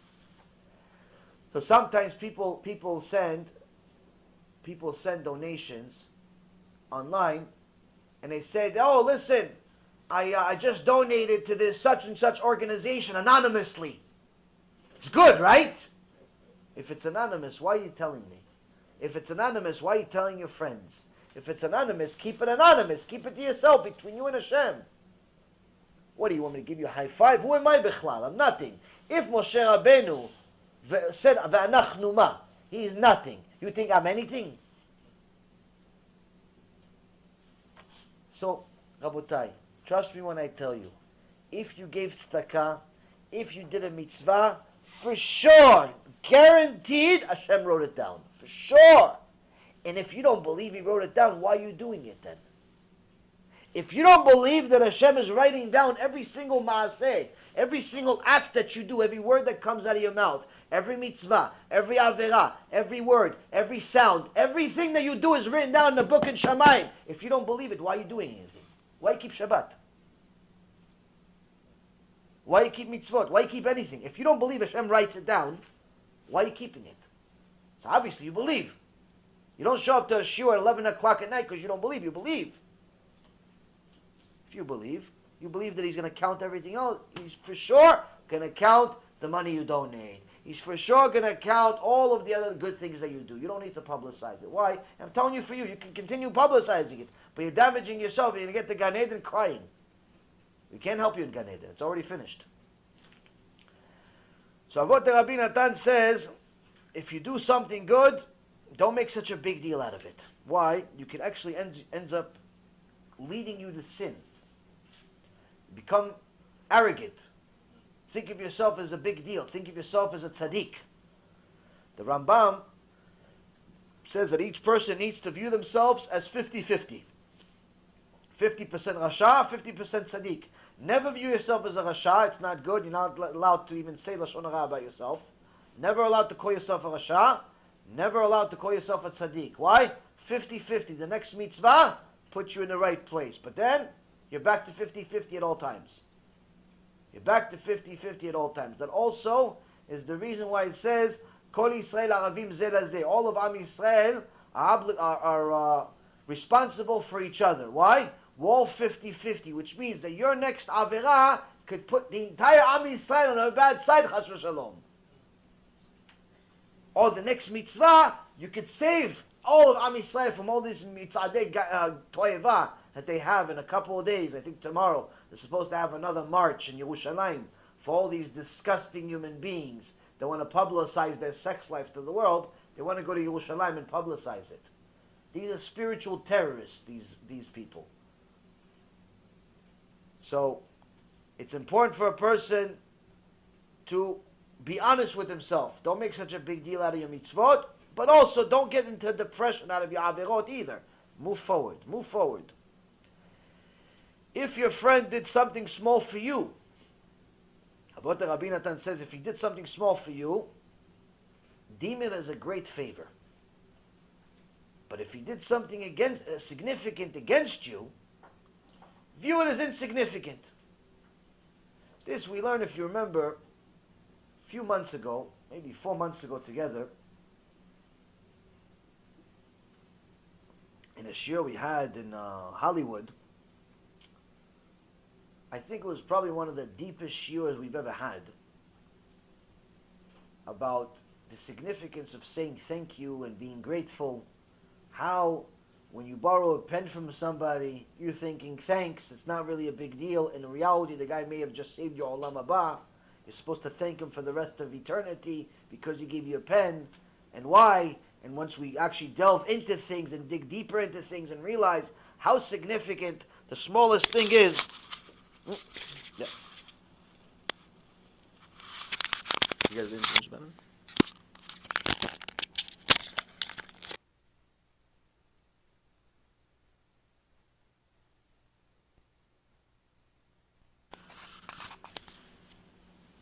So gratitude is very, very important. Gratitude is critical for a human being to be grateful. We spoke about it yesterday. Number one, it's one of the secrets for happiness is to learn how to be happy with your share, whatever your share is, even if your share includes a lot of problems. Even if your share includes a lot of problems, say thank you Hashem for the problems. Why? It could be worse also. Thank you Hashem for the problems, because the reality is that if I didn't have these problems, I'd have to pay for it in Shamayim. I'd rather pay for it here with these problems. There's 1.5 million reasons to thank Hashem for problems. But also, to be grateful in general reminds you of all the good things you really do have. If somebody does you a favor, big or small, unlike when you do them a favor, you're not supposed to view it as a big deal, don't do the same thing to them. You gave them a ride, you're treating it like, oh, okay, it's not a big deal, I gave them a ride. They gave you a ride like, oh, it's not a big deal either. No. For you, it's not a big deal. For them, it is. They gave you a ride. Thank you very much. I really appreciate it. Really, really do. You're the best. Yeah, I gave you a ride. Dude, I gave you a ride 3 weeks ago. It's fine. No. I just want to let you know, you really saved me. If you didn't give me a ride, I wouldn't have gotten home at that time, and I didn't have all the different, find reasons to say thank you. Be grateful to people. It'll also not only help you become happier, it'll also help you like people. It'll help you like people. Why? Because if you're reminding yourself of the good that other people are doing for you, it gives you a reason to like them. Typically, people that are ungrateful are also antisocial. They're antisocial because they don't like people. And therefore, people don't like them either. So if somebody did you a favor, you have to be appreciative of it. This is something we all have to work on. But if he did something wrong to you, if he did something wrong against you, don't make a big deal out of it. Let it go. Why? It's not worth ruining a relationship over it. It's not worth becoming a sinner over it. You start talking lashon hara about the guy. You start hating the guy. You start carrying hate in your heart. Okay, he messed up. He did this. He did that. If he says, I'm sorry, let it go. Even if he doesn't say, I'm sorry, just forgive him and move on. If you're really at a high level, you can become friends with him again like nothing happened. But don't carry hate in your heart. It's a spiritual cancer. And that's the last thing that Rabbi Natan says in this section. He says, learn to accept pain and forgive those who insult you. It seems that this is repetitive in the last couple of weeks. Every single Chacham and every single Mishnah and every single comment and every single book that I've read, this is apparently Hashem is trying to tell me something. Learn to forgive people. Accept pain. Life is full of pain. Make something good out of it. Even the haters, you have to love them? Excuse me? Even the haters, you have to love them? As long as they're not kofrim. If they're haters because they simply don't like you, you don't have to, you don't have to become best friends with them, but you shouldn't hate them. But if they're haters because they're kofrim, like this one Rasha Merusha that I met in New York some time ago, he has a very holy name, but he's the most unholy person that I've ever met in my life. And he wanted to have a public debate with me. And I did a lecture in New York, and somebody told me before the lecture, I have this guy, he's a kofer, he's a this, he's a that. I said, bring him to the lecture. He goes, when? Now! Bring him now. The Emet is not scared. What do you think?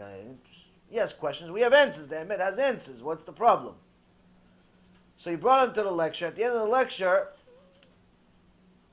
he thought he was smart. He asked the question. Baruch Hashem, Hashem gave us the answer that shocked him and the rest of the crowd.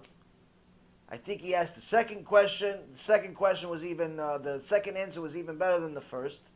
And he got into a shock. He didn't know what to do with himself. He wanted to bury himself because the crowd just got chizuk from the answer instead of doing what he wanted them to do, which is to become kofrim like him.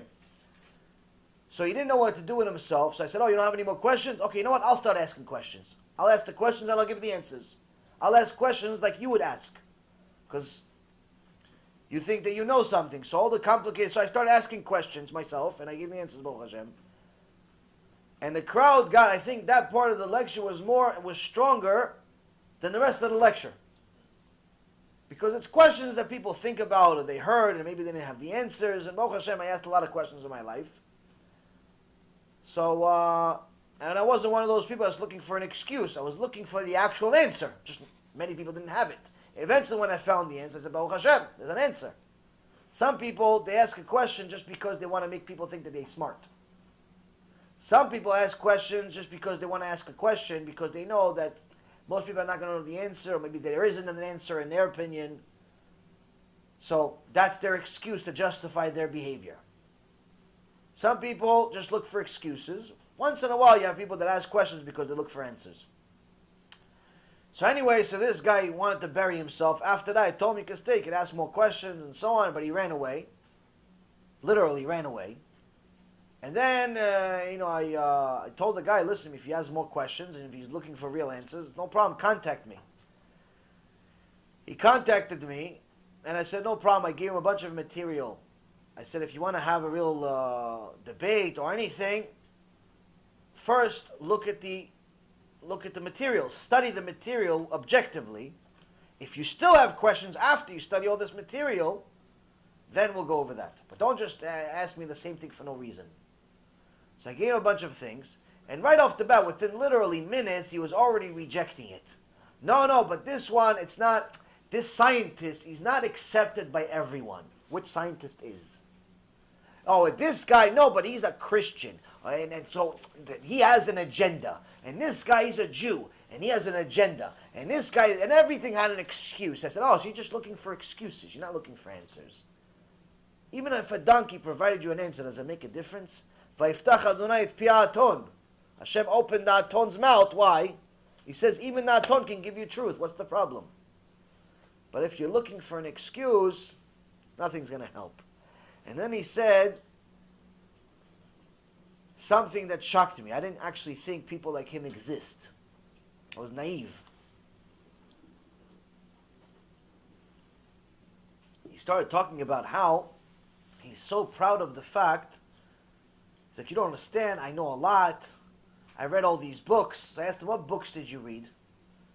He's like, no, I read a few books. I was, can you take up pictures of your books? I said, what?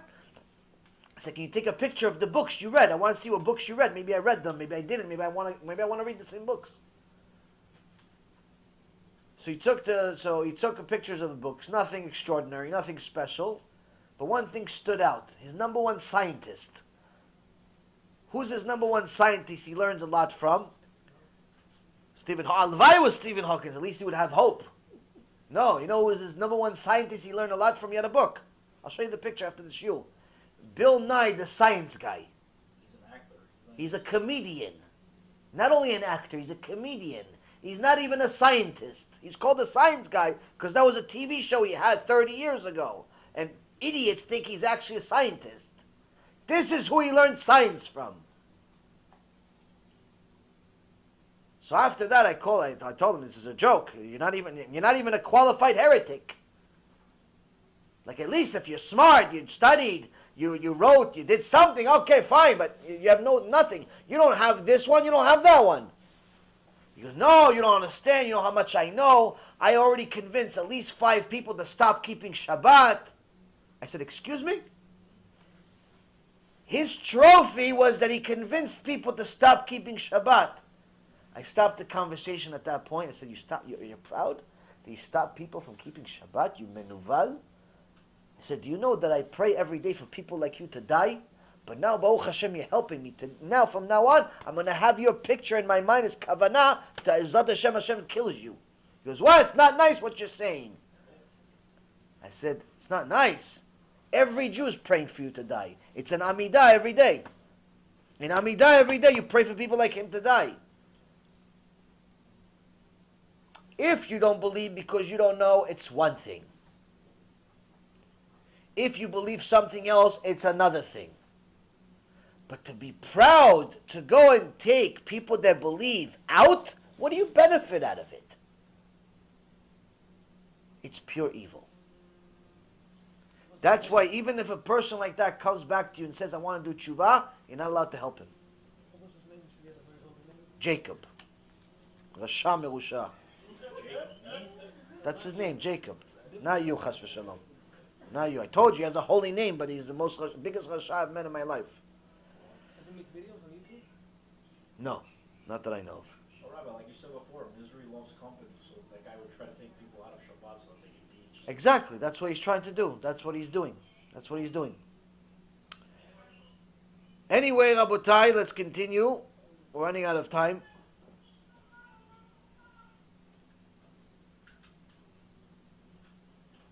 The Mishnah continues and he starts giving, Yehuda ben Taima starts giving descriptions of all of these animals, special types of animals that he's trying to tell us this is what you should be like.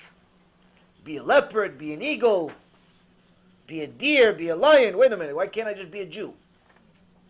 Obviously this is symbolic. Each one of these animals has character traits that you're supposed to learn from.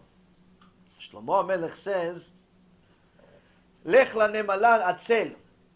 Go to the ant, you lazy bum. And learn from her. What learn from her? Learn to be ambitious. Learn to be a hard worker. Why? The nemala, the ant, in its first day of existence, it already acquires enough food for the rest of its life. The Gemara says that the ant lives 6 months. The ant lives 6 months. On its first day of existence, it already gathered enough food for the rest of its life. Now, let me ask you guys, maybe you had a different ant farm than I did when I was a kid. Did anybody ever see an ant go on vacation? Maybe to the Bahamas, maybe? You ever see an ant just relax, maybe take some sun? Maybe ask for like a pension package? Anyone ever see an ant even sleep? You ever see an ant sleep? You ever see an ant not work? No. That's what Shlomo HaMelech is trying to tell us. Lech lanemala atzel. He specifically says, you are lazy, go learn from the ant. That's what you're supposed to do. Why? What do you mean you're supposed to? You're supposed to work on Wall Street every day, every night? No. Supposed to work at the hospital every day, every night? No. You're supposed to work for Hashem every day, every night. Learn how to serve Hashem by using the work ethics of the nemala, of a tiny little creature. We're already on its first day. It gathers enough food for the rest of its life, but not once does the ant say, oh, I have enough, so I'm going to stop tomorrow. It doesn't have the loser mentality. It says, no, I already learned this last year, so I don't need to learn it anymore. I already came to shiur once this week, so I don't have to come to the other 2 shiurim. I already came to shiur. It's like you hit your quota. I already learned an hour today. It's enough. I'm going to go and rest a little bit. You're going to rest a lot of it eventually. By the way, no one that ever rested a lot of it at the end of their life ever said, you know what, I wish I would have slept more. No one ever writes on their will, says, you know what, you get the house, the hotel, the this, the that. But by the way, guys, I really got to tell you something. I wish I would have slept more. No one ever says that. No one ever says, I wish I would have slept more. Why? Because everyone knows that's the last thing you want to do.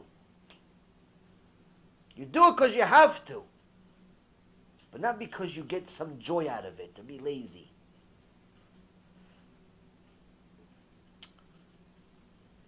The nemala, the ant, is something that we're supposed to learn from.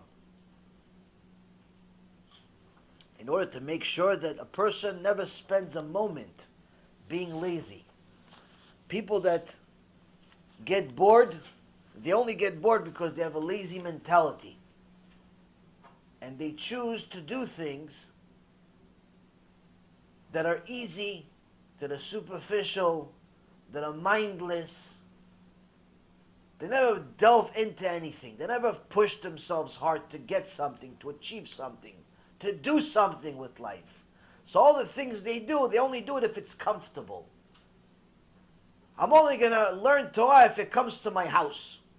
So the guy never comes to a shiur Torah. Why? It's not in his house. Yeah, but we're only going to have a shiur Torah in your house once a year. You live down the street. Why can't you come to the other 3, 4, 5 shiurim? Nah, I'm going to watch it online. Oh, so you're spiritually lazy. The worst type of laziness. A person needs to know you're not allowed to be lazy with Hashem. That's your job. You're sleeping on the job.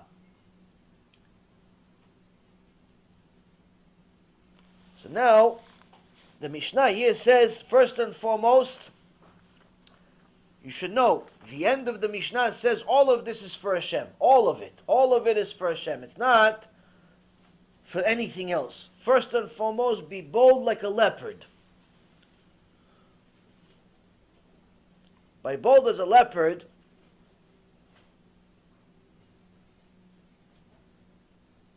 anyone that knows a little bit about nature, Hashem's creation is beautiful. Each animal has its role in the world. Each animal has its own unique character traits. It's very, very interesting to learn about animals. You see how the behavior of the lion is specific and how and who and what.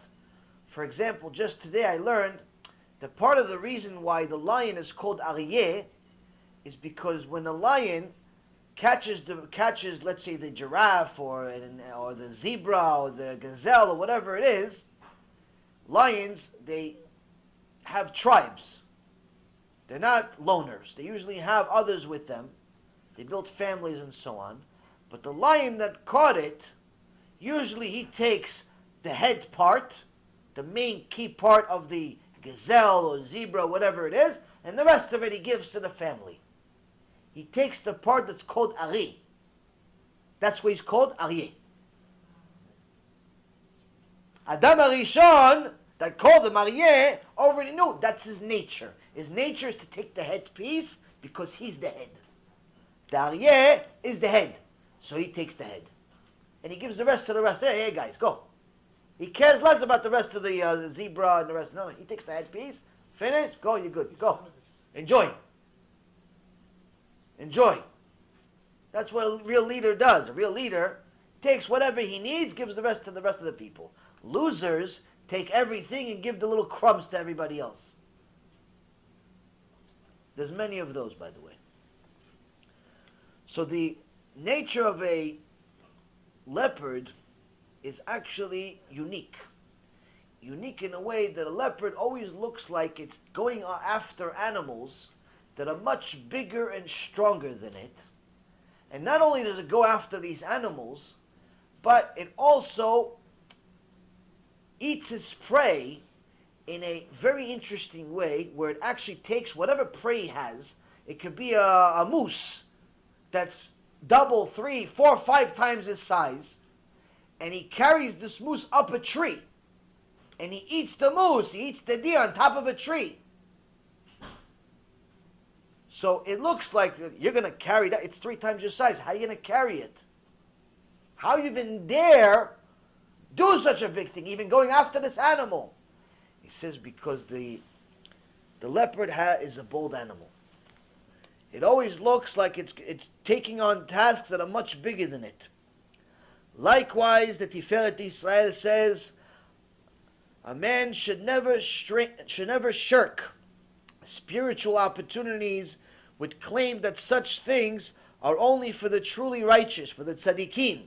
He should be bold and fearless and ambitious as a leopard in assuming spiritual duties beyond his perceived capabilities, and trust that Hashem Yitbarach will grant them the strength to overcome the obstacles.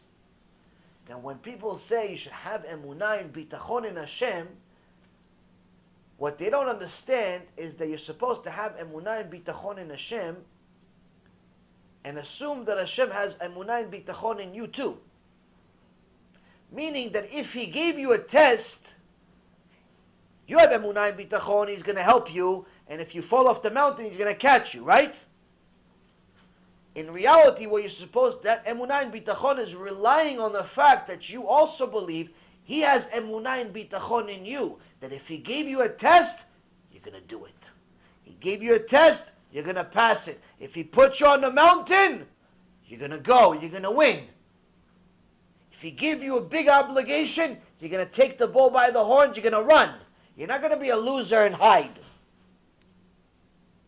Don't hide behind your responsibilities and your obligations and your past and your past and your past and your past. Because the past belongs to the Satan. You have to, whatever Hashem gave you now, that means he has emunah and bitachon in you. He has emunah and bitachon in you that you're going to do it. And that's why you have emunah and bitachon in him, says that, it doesn't seem like I can really do it. It doesn't seem like it's too big for me. It's as big as a tree. It's as big as a world. Who am I to even speak? Who am I to even do? Who am I to even read? Who am I? I'm nothing. But I'm going to go for it. Why? I'm supposed to be like the leopard. I'm supposed to be bold to go after big things. And because I went after it, Hashem's going to help me. He has emunah in me, that's why he gave me the test. I have emunah in him that if I go for it, he's going to help me achieve it. And this is specifically referring to spirituality. Of course, you could apply this in other things like business and so on. But the truth be told, most people don't really need much help in that stuff. They take on risks unnecessarily even without emunah and bitachon. Because they're gamblers. They like the rush of a gamble. They call it capitalism or ambition. All types of code words that make them seem like they're smart. In reality, most of them are just gamblers. Gamblers. Risk takers, gamblers. Some are educated gamblers, some are just stupid. Point is that most people don't need help to take risks in business and so on. They like to hear other people's stories. But even if you give them advice of what to do and what you shouldn't do, if they already have their mind set up, it doesn't make a difference what experience you have. They're still not going to listen to you. But when it comes to spirituality, all of a sudden, everybody's humble. You tell somebody, listen, why don't you finish the Masechet in the next month? No, come on. No, it's too big for me. I can't. It takes me so long. It's too big. It's too this. It's too that. Why it's too big? You study. You do. You can do it. Why not? Nah, come on. I'm not at that level. I'm not at that level. Why don't you wake up for nits? No, come on. It's tough for me. It's hard. It's this. Why not? It's too hard. Okay, why don't you come to the shiur at least 2 out of the 3 every week? No, come on. It's tough. I'll try to make to 1. Everybody can't do it. Everybody has this mentality that when it comes to kedusha, comes to achieving shlemut, no, that's only for the tzaddikim. You tell somebody, listen, you have to be modest. Yeah, I'm trying. What do you mean you're trying? A mini skirt you're trying? Your clothes are tight enough to make people think it's a second layer of skin you're trying? Oh, I'm at my own level. You're at your level. Don't judge me. I'm not judging you. I'm just telling you. Why are you being a loser? Why are you torturing your own neshama? What did neshama do to you? What did neshama do to you that you're torturing it so much with sins? Why? Why are you torturing your neshama? Your neshama is tzadikah. It was perfect before you ruined it. Why? No, it's, no one really has an excuse. The reality is that everybody wants to be ambitious when it comes to business, but not ambitious when it comes to avodat Hashem. The Mishnah here starts by telling you it's supposed to be ambitious b'avodat Hashem. You have to be ambitious in your serving of Hashem Yitbarach. If you're not ambitious in your serving of Hashem Yitbarach, you've already lost. And the reason why, the Chidushei Harim says that the Yetzer Hara constantly whispers in a person's ear, I can't do it. It's too much. It's too much. I can't do it. You can't do it. You can't finish a Masechet. You can't finish the Shas. You can't write this. You can't write that. You can't understand what he's saying. You can't know. You can't learn this. You can't learn that. No, you're not ready. You're not ready to do this. You're not ready to do that. You're not ready to get married. So what are you going to do? Stay single and miserable? You're not ready to get married. No, you're still too young, or you're only 20 years old. So what are you supposed to do? Continue wasting seed and destroying the Shema for another 5-10 years? Until you're mamash for sure guaranteed Gehinnom forever? Like what? What are you supposed to do? No, you're not ready. You're not ready for this. You're not ready for that. The Yetzer Hara will always tell you you're not ready to be holy. The Yetzer Hara is always going to tell you all of these big things. They're for other people, much bigger than you. They're for the Rav Ovadyas of the world. They're for the Baba Sali. They're for all the big tzaddikim. They're not for you. You're here. You're where you are. You're here. You're a little guy. Wrong. Wrong. You are who you believe you are. If you believe that you are nothing, you'll end up being nothing. If you believe that you're something, eventually you'll become something. But not if you're something just in your imagination and you do nothing about it. Hence the reason why the Mishnah picked an animal like the leopard that's very active. And not a turtle.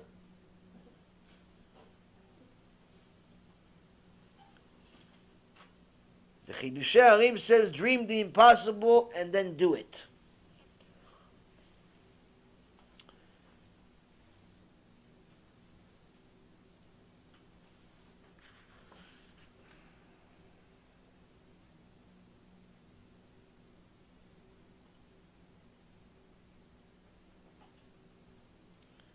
Now, for all of those people that say that they're always tired, they're tired to do mitzvot, they're tired to wake up in the morning, they're tired to study at night, they're tired to come to the shiur, they're tired to take notes, they're tired to finish the shas, they're tired to do this, they're tired to do that.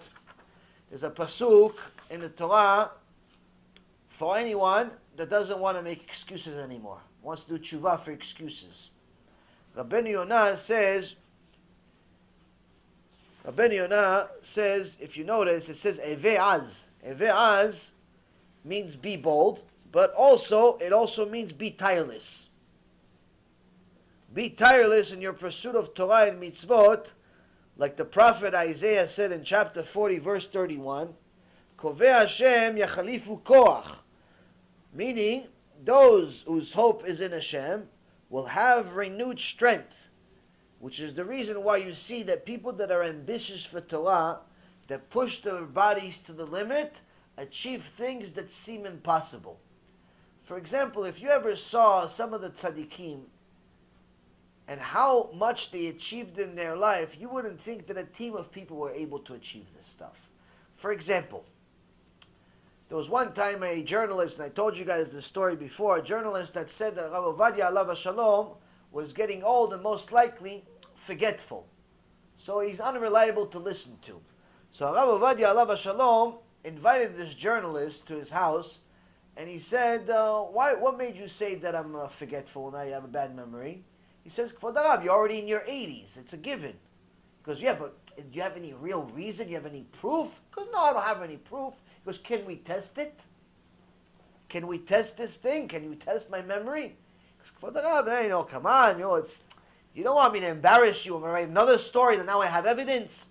I already wrote the story. Let it go. He goes, no, I want to check it. Maybe I have bad memory. Maybe you're right. It's halakha. It has to do with halakha. If I'm not reliable, I'm not allowed to be the head rabbi of Am Yisrael anymore. I'm not allowed to be part of the Beit Din anymore. I'm not allowed to do anything anymore. So if I have bad memory, this carries weight. I need to know.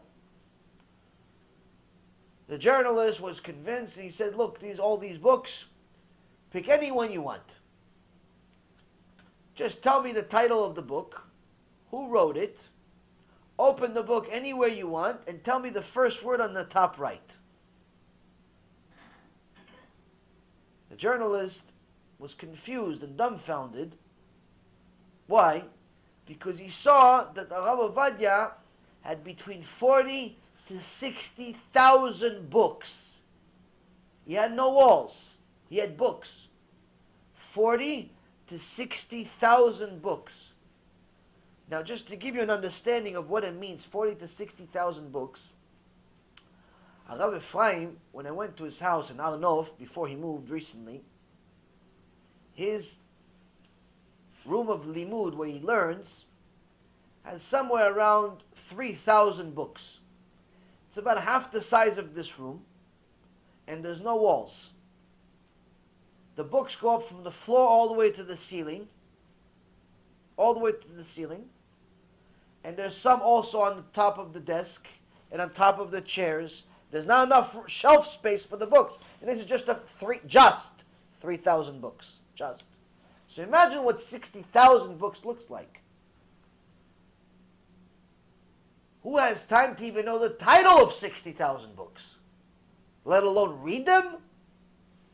He told them, no, not just read them. You go pick one, tell me the title, tell me the author, and open the book any way you want. Tell me the first word, one word. So the journalist went and climbed the shelves with a ladder. He went into the back of one of them to make sure it's still dusty, because if it's still dusty, that means he hasn't gone over it recently. He may have gone over it in the past. He's a Talmid Chacham after all, but it's probably, I don't know, maybe 5 years ago, 10 years ago. It's been a while. If it's dusty, it means it's been a while.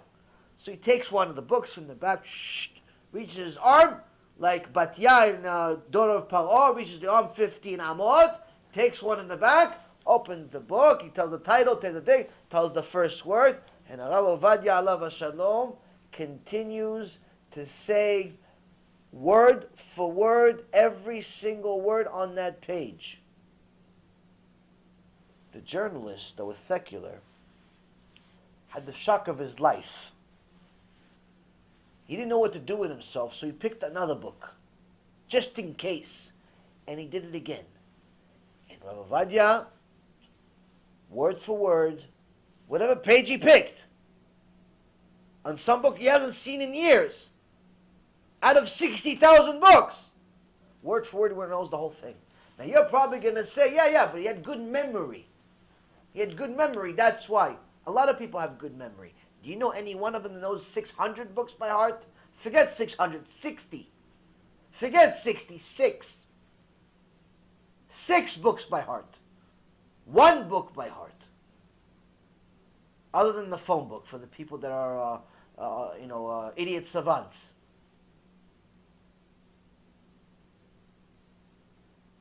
Regardless of memory or not, it requires an enormous amount of toiling, an enormous amount of work, an enormous amount of effort, very little sleep, very little olam hazeh, and so on and so forth.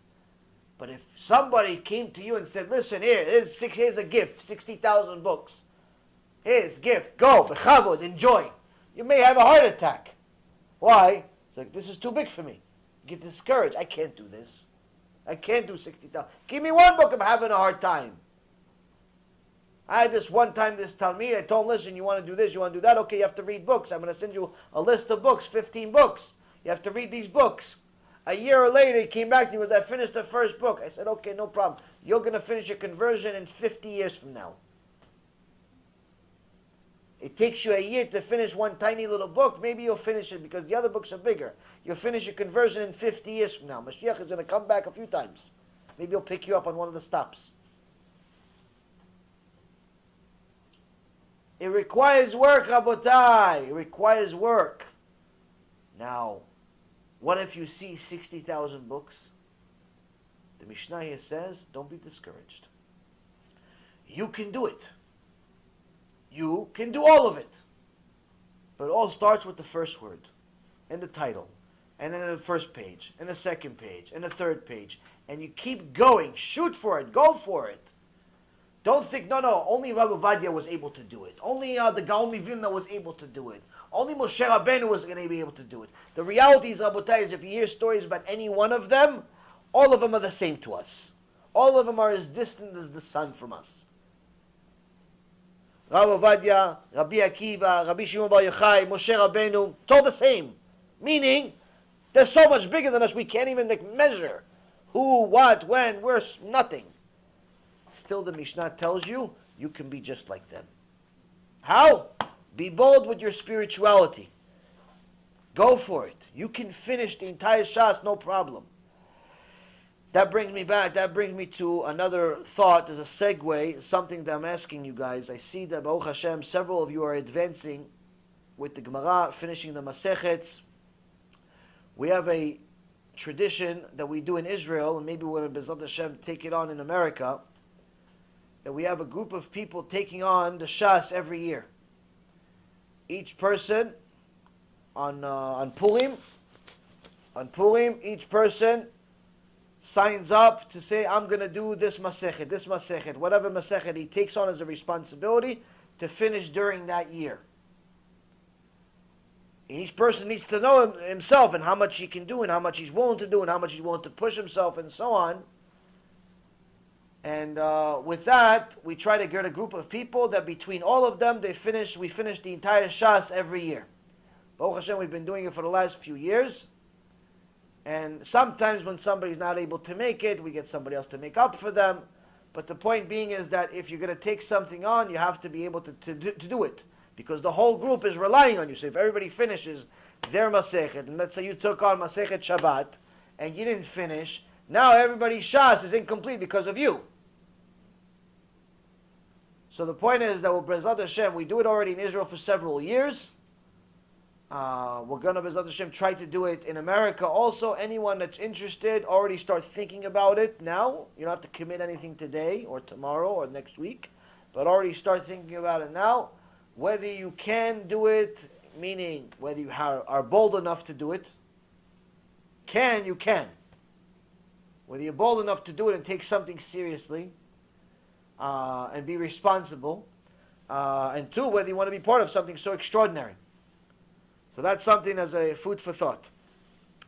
Back to the Mishnah, and we're almost done in this part, and then B'ezrat Hashem will finish it next week because it's just late already. The Rambam says that this boldness can also be viewed in another way. What other way? It says this boldness should be in admonishing people that go against Hashem, rebuking people. This boldness is supposed to be where you are not supposed to be afraid to tell somebody, hey, buddy, you got to do tshuva. I saw you drive on Shabbat. You got to do tshuva. Hey, honey, I love you. You're my sister. Everything. Yeah. You got to put some clothes on, buddy. You got to put some clothes on. You're causing men to sin. What do I care what they look at? You may not care, but you're going to care later on. You're going to care later on. There's no reason for you to walk around with barely any clothes on. For all of those fools that think that it makes you, because it's too hot outside, whether you have long sleeve on and short sleeve on, it's still hot. Nothing changes. Nothing changes. In fact, most people that are actually modest rarely complain about heat. So the Rambam is saying, actually, this boldness is to make sure that you do not become weak because it's your friend. And you don't feel like rebuking your friend because you're scared of hurting the relationship. Oh, so you're going to let your friend go to Gehinnom because you're afraid of hurting the relationship? Saddest excuse. You're the worst friend in America. People are afraid to tell their brother and sister and friends and colleagues to do tshuva because they're afraid it may ruin the relationship. No, we have a good rapport. What good rapport? Yeah, we have a drink once in a while. We chit-chat. He comes over for Pesach. Okay, so he comes over with a car on Pesach. He eats chametz after he leaves your house. He violates Shabbat. What kind of rapport is that? You know what he's going to do to you when you get up to Shamayim? He's going to drown you in the same lava he's boiling in. Why? Because it's your fault you didn't do tshuva.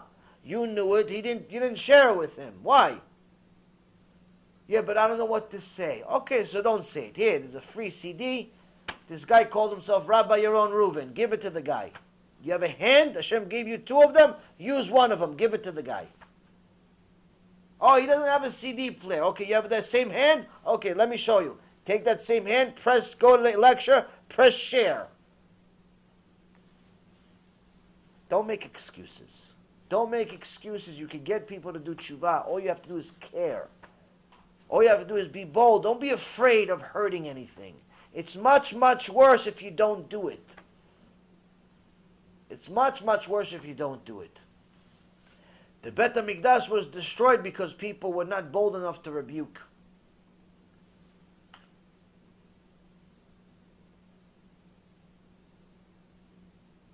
The Tool, who wrote one of the most important halachic books in history,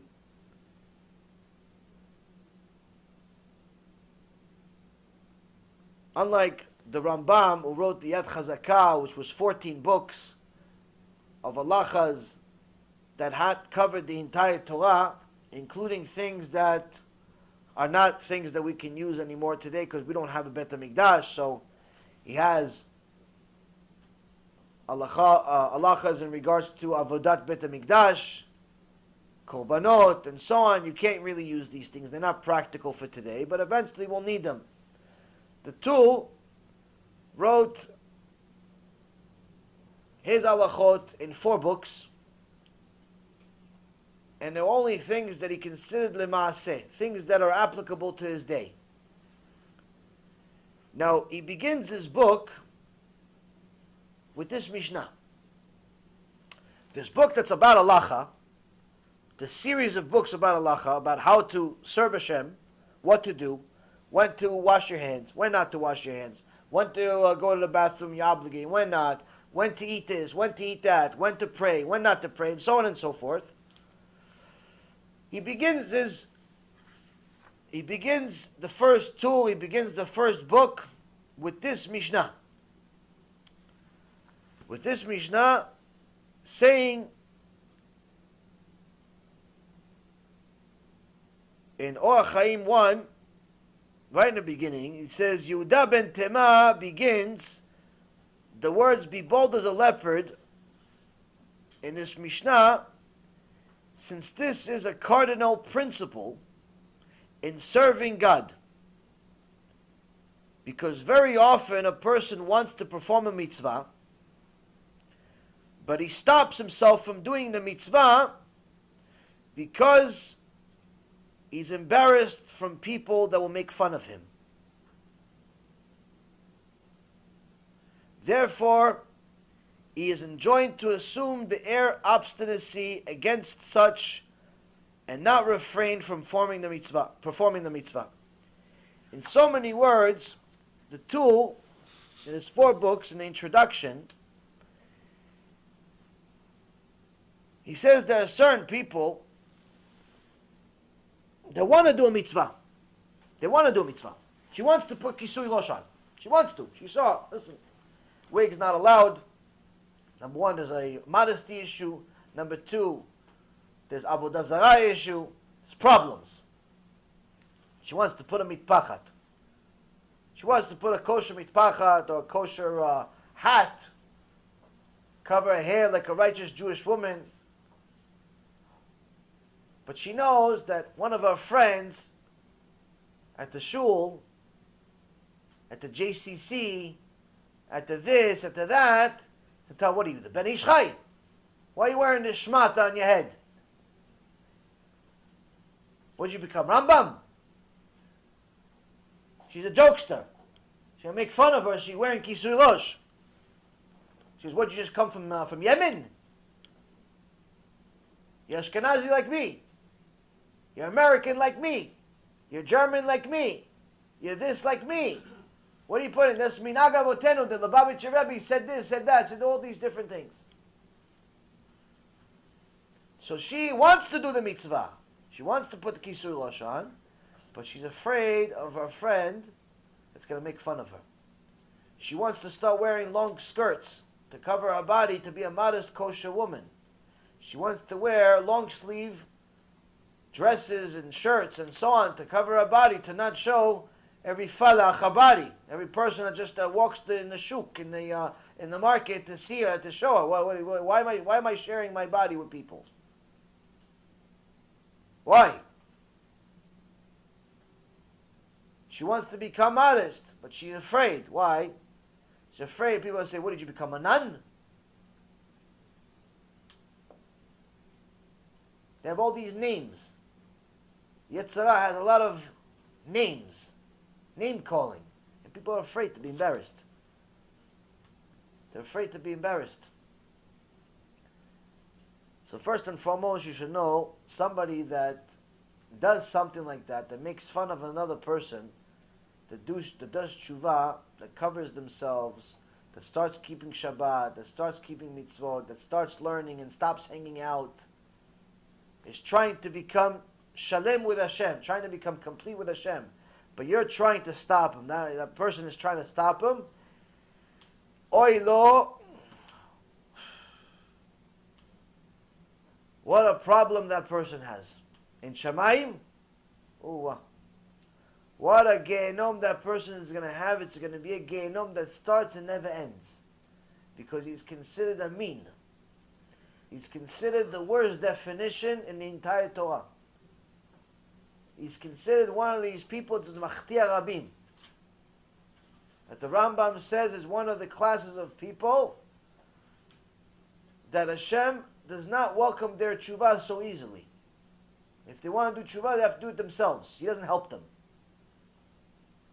To such an extent that if they want to do tshuva, it's safek if you're even allowed to help them or not. Rambam's opinion, you're not allowed to help them. The Chafetz Chaim says you should pray for them to die.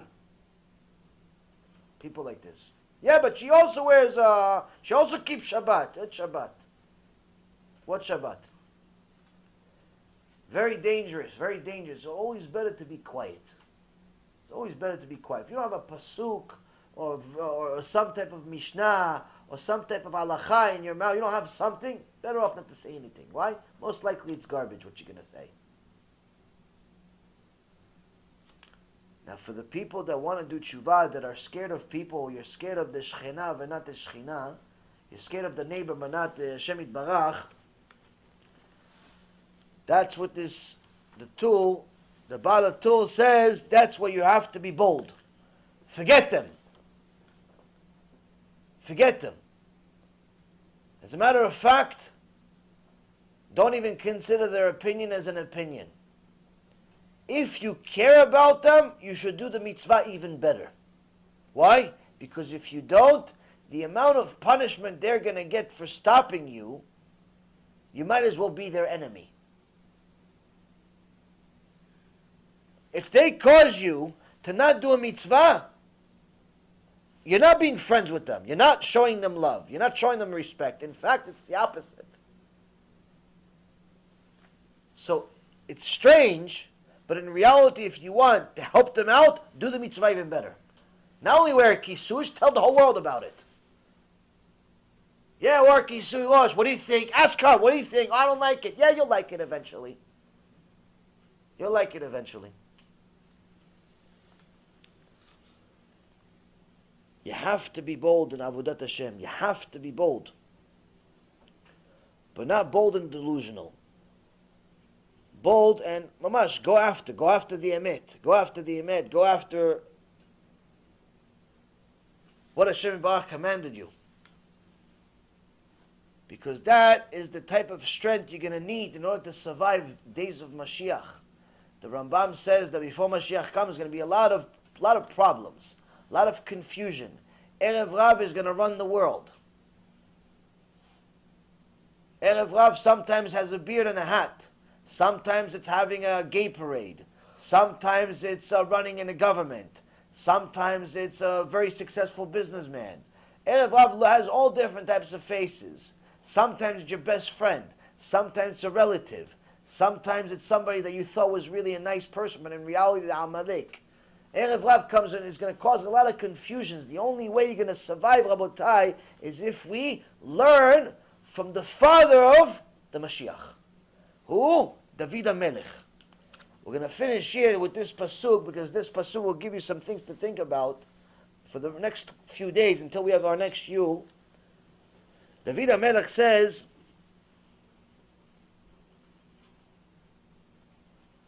ואדברה בעדותיך נגד מלכים ולא אבוש, ואשתעשע במצוותיך אשר אהבתי, ואשא כפיי אל מצוותיך אשר אהבתי, ואשיך בחוקותיך. David HaMelech in Psalm number 119, the longest psalm, verse 45, he says to Hashem, and I will walk in the broad pathways, for I have sought your precepts. I will speak of your testimonies, meaning I'll speak Torah, before kings, and I will not be ashamed. I will be preoccupied with your commandments that I love, and I will lift my hands to your commandments which I love, and I will discuss your statutes.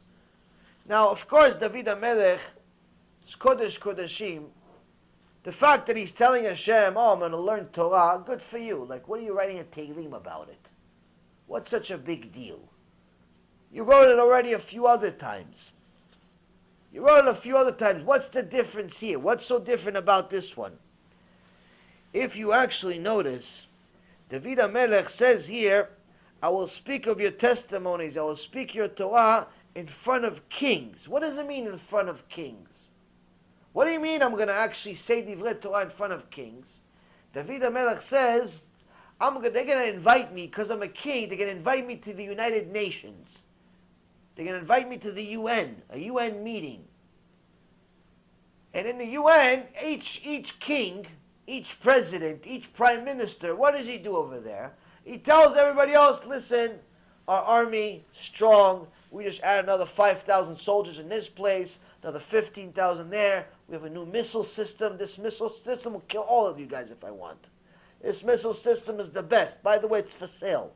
And this one. And everybody's showing, flexing their muscles. And we have these new tanks. And we have these new computers. And we have this new this. And we have new bridge. We have new mountain. And new tunnel. And we're good. And everybody's flexing their muscles in front of each other. You have 70 nations, each flexing their muscles.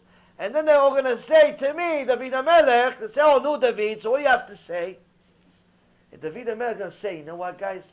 I have this chidush. Let me tell you about it. What a chidush I have.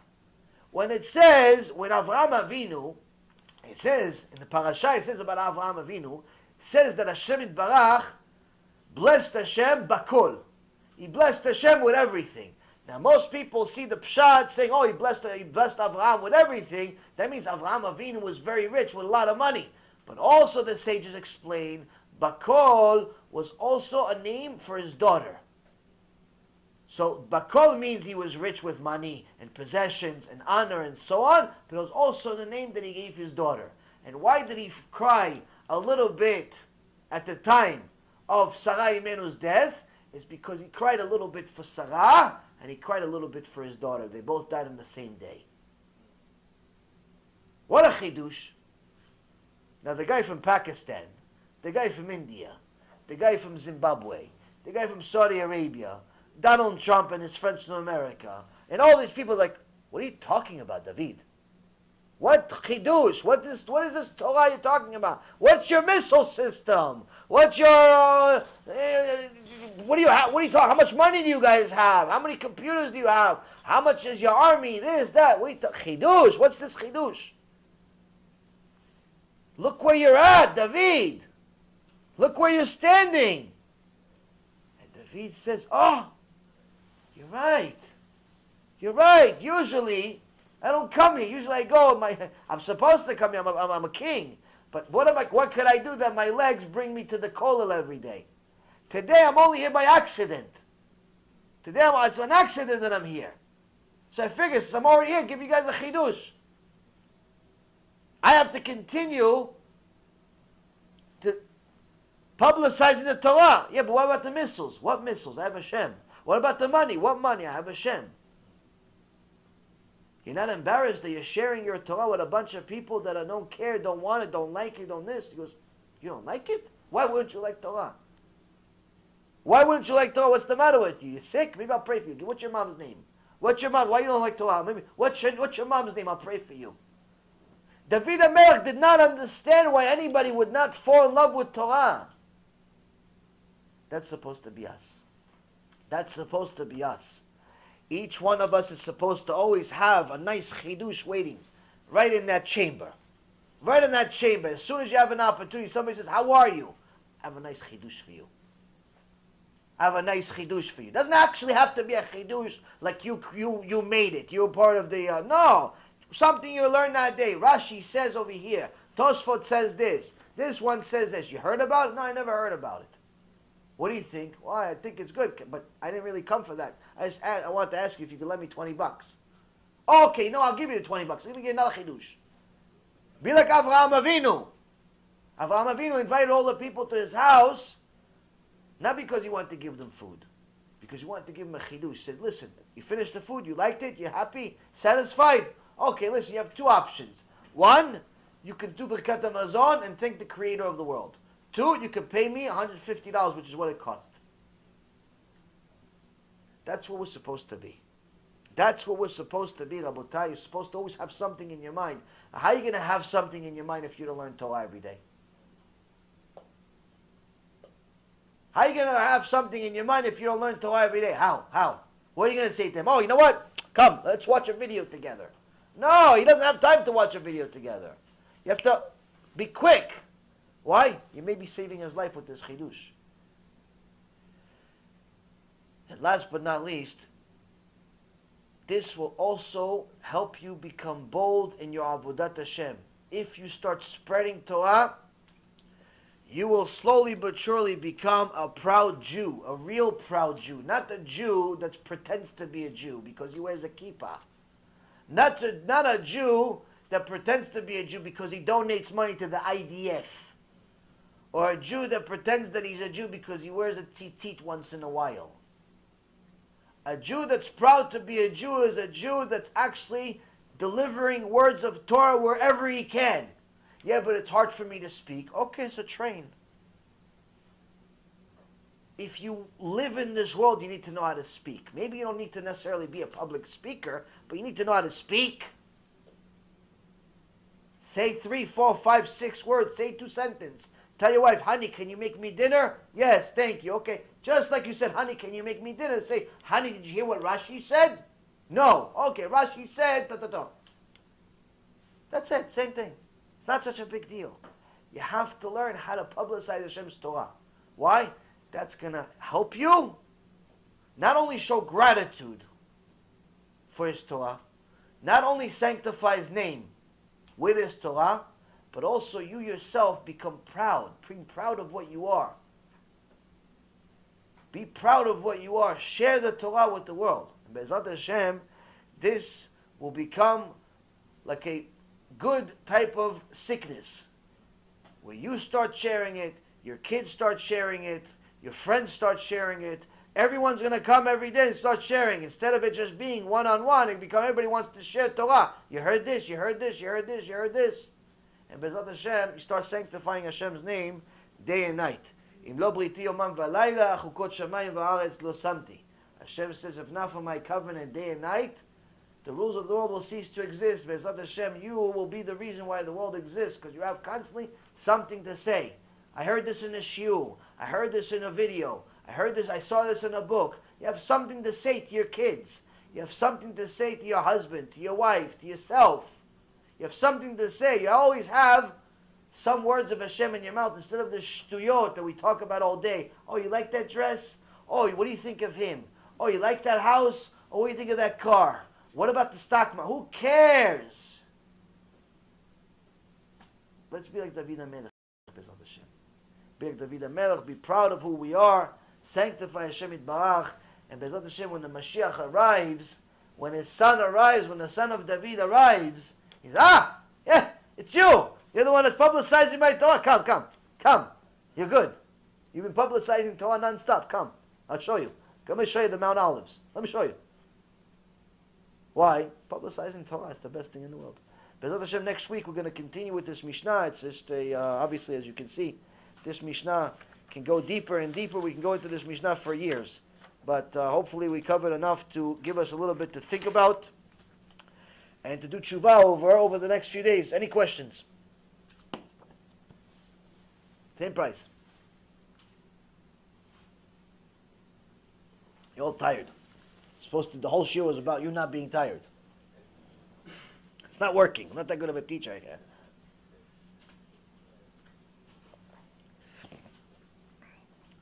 With regards to the threshold that Torah talks about, The what? with regards to the threshold that Torah talks about, before he does something, in this case, something wrong for the first time, Mm-hmm. then this first often to become a point of reference for his next one. Okay. So, whoever rule there's an exception, why is the exception to this rule? Repeat the last part again. Whoever rule there's an exception, Yes. we learn. So, what is the exception to this rule? Exception to the rule. Well, I mean, when you have a threshold, you have threshold with good things, you have threshold with bad things. So, the Yetzer Hara tries to influence a person to constantly push him further. But the Yetzer Hara is not going to come to you and tell you to murder on day one. So the Gemara in Masechet Shabbat says that a person that acts out on his anger should be considered as if he's worshiping an idol. Why? It says because if he acts out on his anger and he takes money and he throws it in the air out of anger, or he throws something in a rock or something, or he breaks something out of anger, that means he's already at a point where he's become a loyal servant to the Yetzer Hara, the Satan, the Malach HaMavet. And the problem with that is that today the Satan, the Malach HaMavet tells you, get angry about nonsense. The next day he's going to tell you, don't only get angry, but express your anger. The next day he's going to tell you, don't only get angry and express your anger, but express your anger in a violent way. And then the next day he tells you, don't only get angry, express your anger, and express your anger in a violent way, but get really violent. And little by little, your threshold keeps getting further and further and further. So the question that Chachamim would ask, why doesn't the Yetzer Hara right away just go to the guy and says, listen, the guy ticked you off, kill him. Why didn't you just tell the guy right off the bat, kill the guy, that's it, finish. Why do I have to train this guy every day? Get angry, get more angry, then throw something, then yell, then punch, then this, then kill him. Why? Why does it have to be the whole thing? Because the Yetzer Hara knows that you're not that evil right away. He has to train you to become evil, like he trains a dog. So initially, he tells you get angry about nothing. You've listened, good dog, gives you a little treat. Now again, another anger, okay, this time, do more. Oh, good dog, give you another treat, another treat, another treat. Little by little, it's like this, the psychiatrist or psychologist that did studies on different things, Pavlov's dog. Every time the guy eventually trained the dog that every time he would ring the bell, the dog would salivate. Because initially, he would train him that every time the doorbell would ring, he would give him food. So eventually he trained him to just by the doorbell, he would salivate. That's the Yetzer Hara. Yetzer Hara is training you little by little to become mamash, become like him, become Hitler. So that's why the Gemara says, if you listen to him to that extent, that you're going to act out your anger, that already means you're a student of his. And eventually he's going to tell you, okay, you've acted out your anger, you acted out this, you've acted out that. Okay, come worship JCPenney. Come worship an idol. And you're already such a loyal servant. When you're going to say, no, it's too far? There's no too far. Why? Because your threshold has slowly but surely got you there, where now it's only a push away. It's not that far anymore. In the beginning, it was a world apart. But you kept pushing that threshold. You kept pushing that threshold with more and more sins. And you got to a point where eventually Hashem worshipped an idol. The same token works on mitzvot. Yetzer Hara also works on your mitzvot. Where he's constantly telling you, no, this is too much. This is too much. So every time you push yourself, he tells you, okay, it's too much. So over here, stop over here. No more. No more. So now you finished daf. Took you 6 hours to finish one daf Gemara. He says, okay, it's enough. Next thing you do another daf. Okay, enough with the dafim. 2 dafim already, that's it. You know, the Chachamim already said one daf is enough for a lifetime. No? Enough. Every daf is struggle. And then you finish a masechet. You'll notice right before you finish a masechet, all the kaparat avanot happens. Why? Because you finish a masechet, it's like killing a piece of the Yetzer Hara himself. It's like killing a Yetzirah himself. So he's going to try to do whatever he can to delay it. He's going to send you strange neighbors, strange guests, strange problems, IRS letters, all types of strange things are always going to happen right before you finish a Masechet. Anytime you're about to complete anything holy, Yetzirah comes with full army, full force. Don't complete it. Because until you complete it, it's almost like you didn't do it. That's why, by the way, there's something called Siyum Masechet, where everybody comes to the Siyum. Everybody comes to the completion of the Masechet, because if you read the last couple of lines with the guy that read the whole thing, it's as if you completed it too. Not really, but really. You understand? It's like you almost complete, because to complete something, once you complete a mitzvah, the mitzvah is called after you. That's why even though Hashem gave the first 6 laws to all of creation, to Adam HaRishon, He gave the 7th one to Noach. And that's why it's called Sheva Mitzvot B'nei Noach. The 7 laws of Noach. But He gave the 6 first ones to Adam HaRishon. Why isn't it called the 7 laws of Adam HaRishon? Because Noach got the last one. Noach got the last one. He completed it. It's called after him. So the same thing comes with Kedusha. The Yetzirah is going to constantly try to tell you that enough, don't push more, don't push more. So it's the opposite effect. So every time you try to push against him with the threshold, he's going to tell you, okay, you did good, enough, you beat me up, but up to here. You can't do more than this, because more than this, only Talmidei Chachamim can learn another Masechet. Only big tzaddikim can watch their eyes. Only big Chachamim, Tzadikim, Kdoshim, Moshe Rabbeinu, Rabbi Akiva, and all the ones in between them can wash their bleed. Only they can. It's not relevant for this generation. You're still young. You're still healthy. You're only in your 20s. Catch up later on, and it'll give you, that's your threshold. You can learn Gemara, you can learn this, you can learn that, but don't get into the wasting seed part. And that's actually, I heard one time the Sfarim HaKadoshim say in the Zohar Kadosh, says that the tikkun of the last generation is wasting seed. Why? The Satan literally will allow a person to get to all thresholds. Learn Gemara, keep Shabbat, keep mitzvot, keep everything, and it'll even help them. Go, focus on those things. Go to the shiur, go this, go that. Wasting seed, no chance. I'm not going to let you do it. Why? That's the tikkun abrit. Tikkun for the entire generation. I'm going to destroy you, the Satan says, to this one avera. You kept Shabbat, you kept mitzvot, you kept everything, you learned Gemara, you taught Gemara, you taught people Gemara, you're a teacher, you have shiurim on Torah anytime, you're this, you're that, you wrote books, you're everything. You waste seed, it's all zero.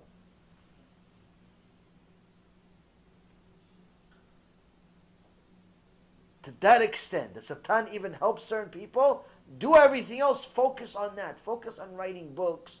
Focus on halacha for Shabbat, halacha for netilat yadayim, halacha for etrogim, halacha for shlom bayit, even though everyone's getting divorced anyway. Halacha for all the other things. Don't teach any of that. Why? That's how I'm going to destroy everyone, the Satan says. Rabbi, what if there's a legitimate reason to get angry? Let's say you're a religious guy in Jerusalem, and they're having these parades. Yeah. And that makes you angry. Being angry and expressing anger are two different things. You're supposed to be angry if you see people that are going against Hashem. That's a normal thing to do. That's also part of zealousness.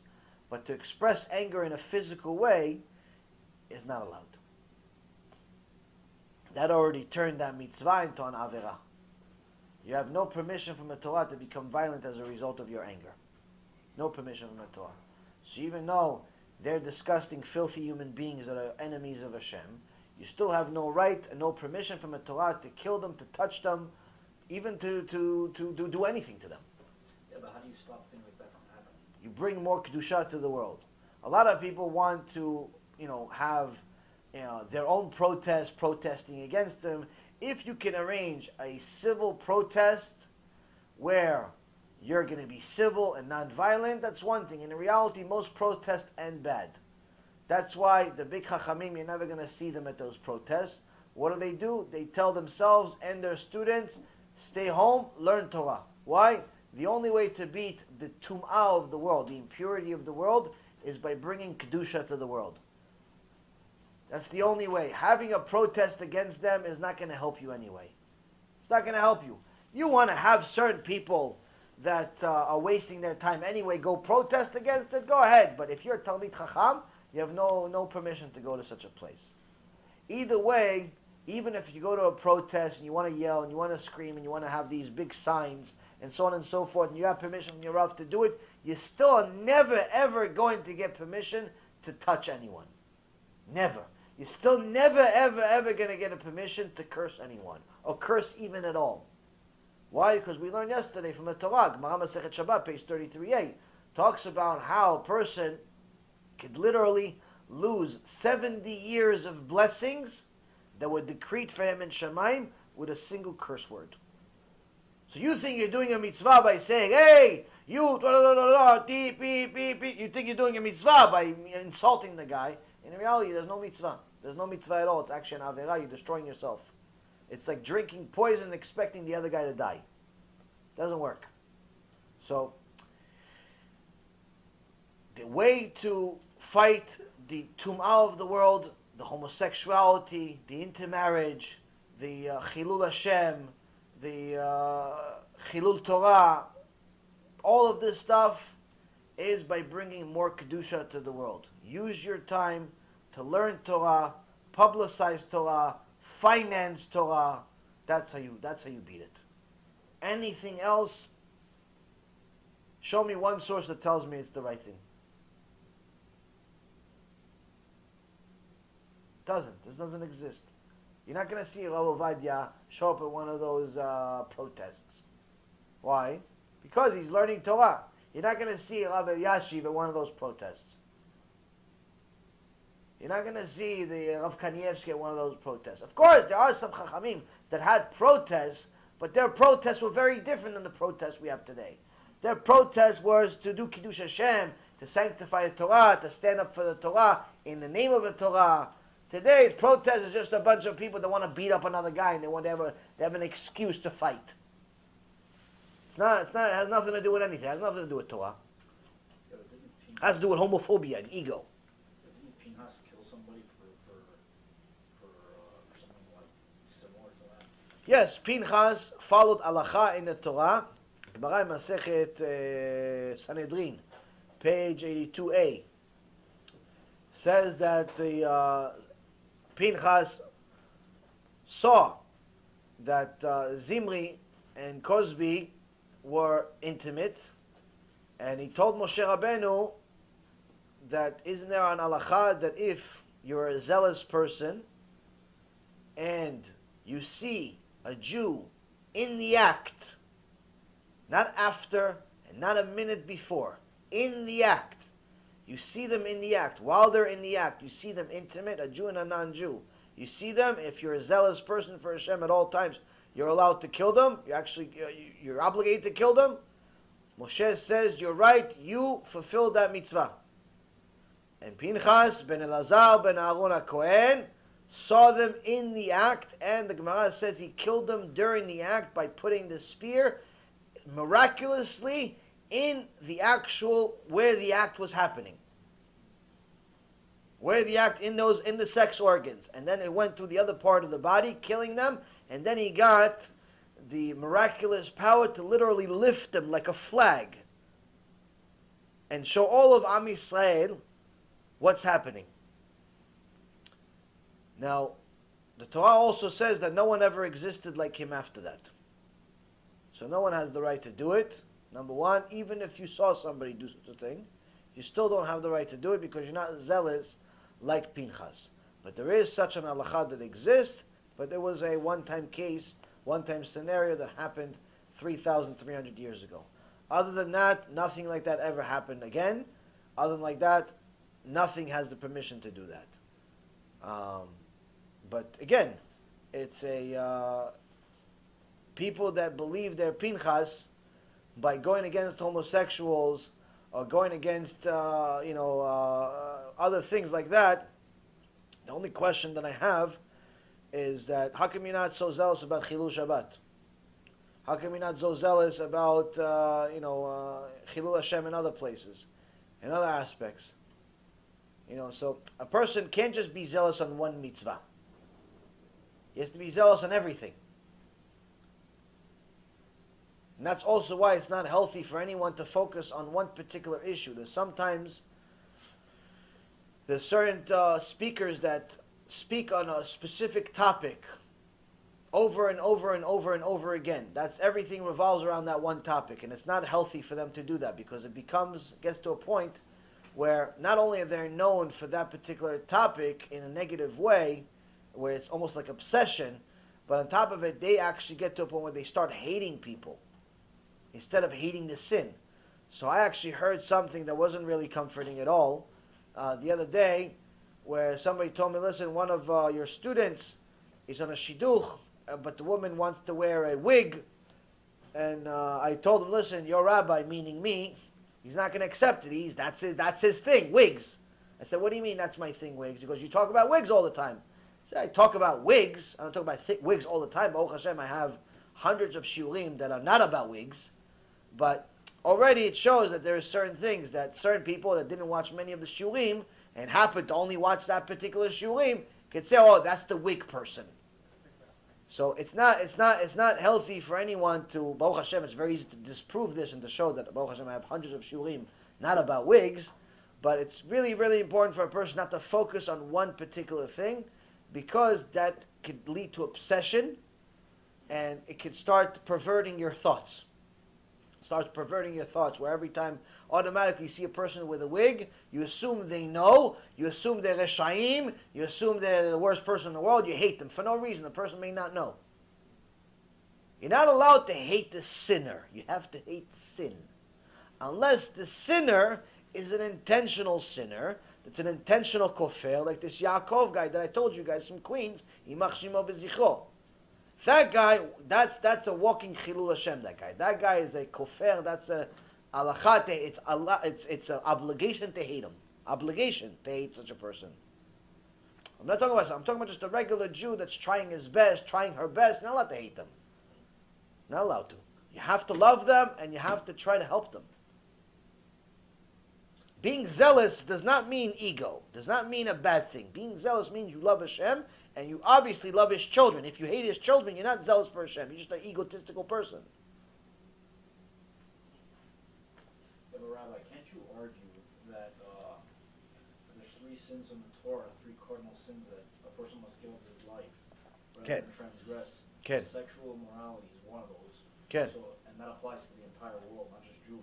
So can't you say that a Jew has the right to be extra mad at this particular thing that's going on? Like I said, yes, there's 3 cardinal sins. It's gilui arayot, avodah zarah, v'shfichut damim. You're not allowed to kill anybody to save your own life unless they're trying to kill you. You're not allowed to have intimate relations with anyone that's not permissible to you, whether it's a non-Jew or a woman that you're not married to, or even your wife when she's nida, or a homosexuality or incest or bestiality and so on. And you're not allowed to worship idols. Those are the 3 cardinal sins in the Torah. Now, the Torah says, what does it mean, cardinal sins? It's better that you die and not sin. So if somebody brings you a JCPenney statue and says, kiss this guy and pray to him, you have to die and not do it. Somebody says, come to a church, to my wedding. Come to my wedding at the church where the priest is going to bless us. You have to die and not go. Or you could just avoid going, whichever is easier for you. But you cannot go under any condition to a church, Jew or non-Jew. You cannot go to a place of worshiping idols.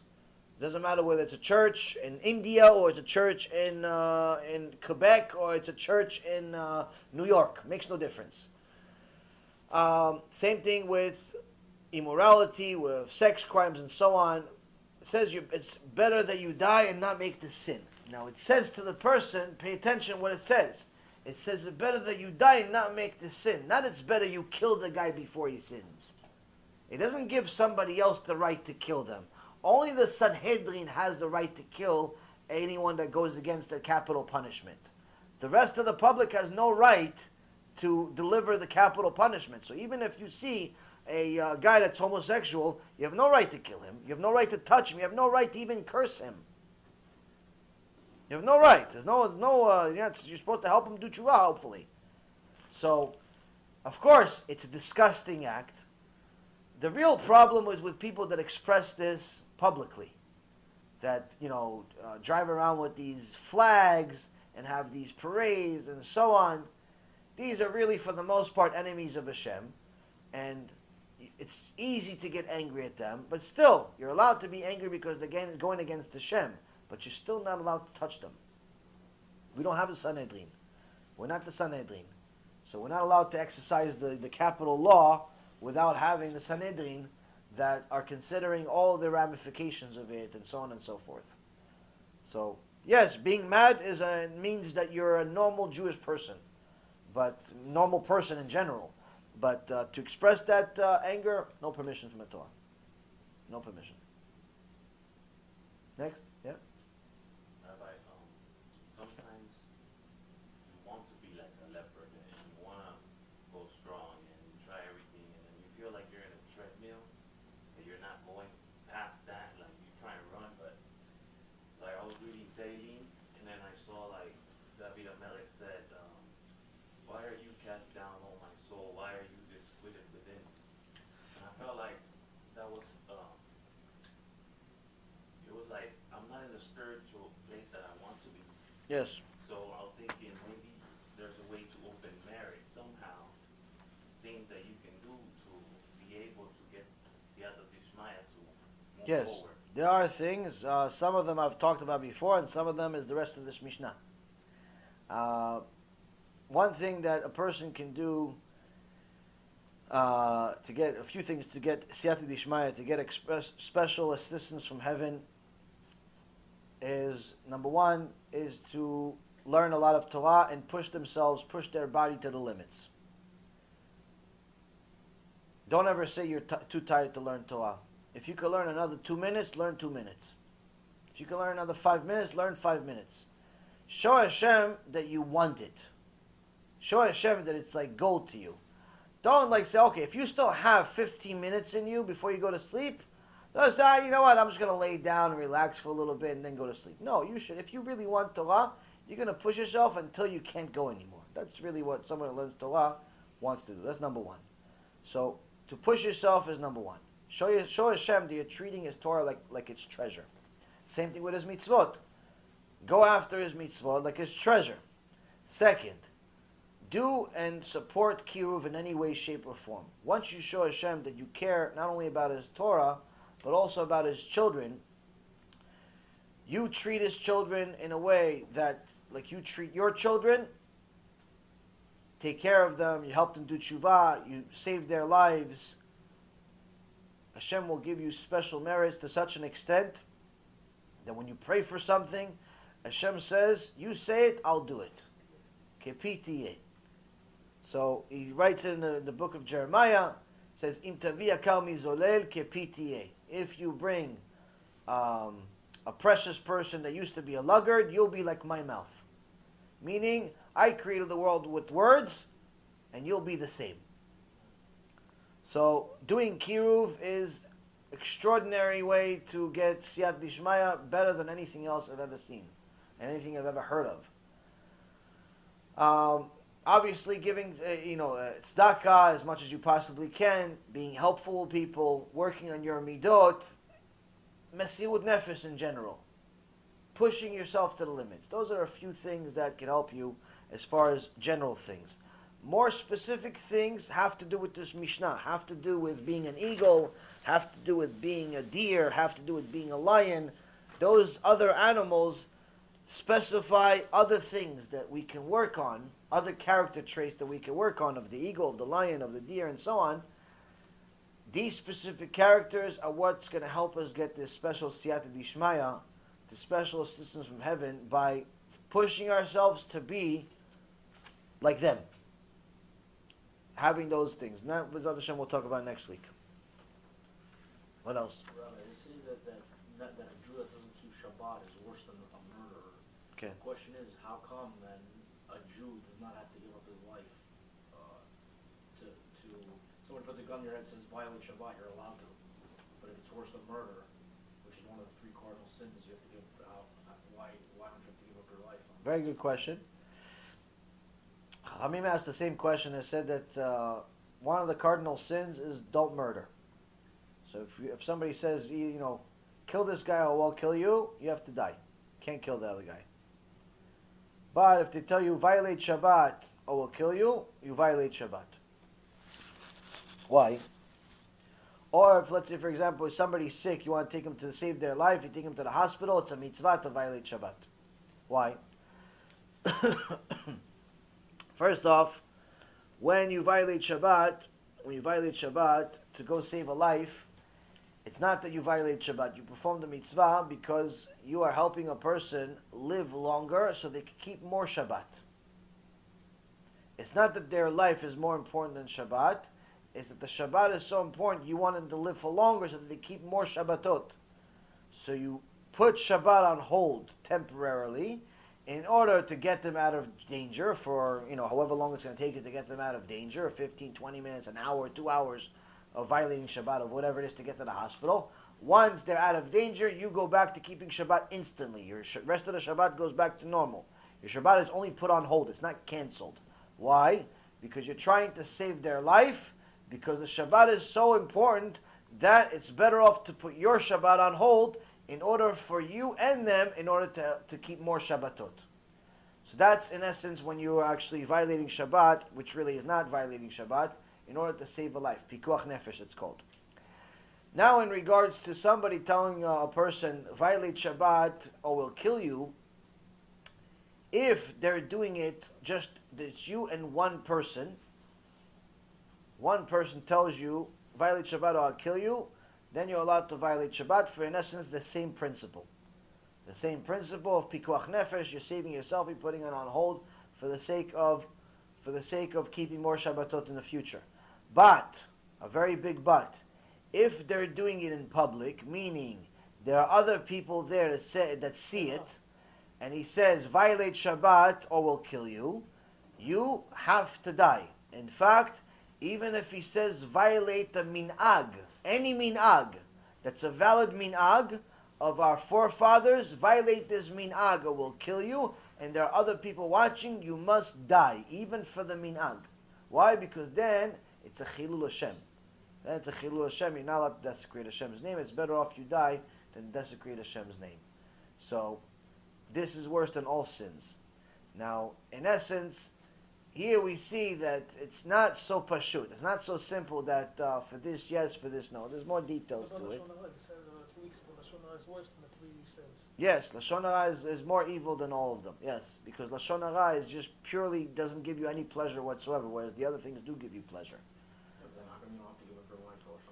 Well, in essence, you are giving up your life for Lashon Hara. When you say Lashon Hara, you are giving up your life. You're giving your Olam Haba.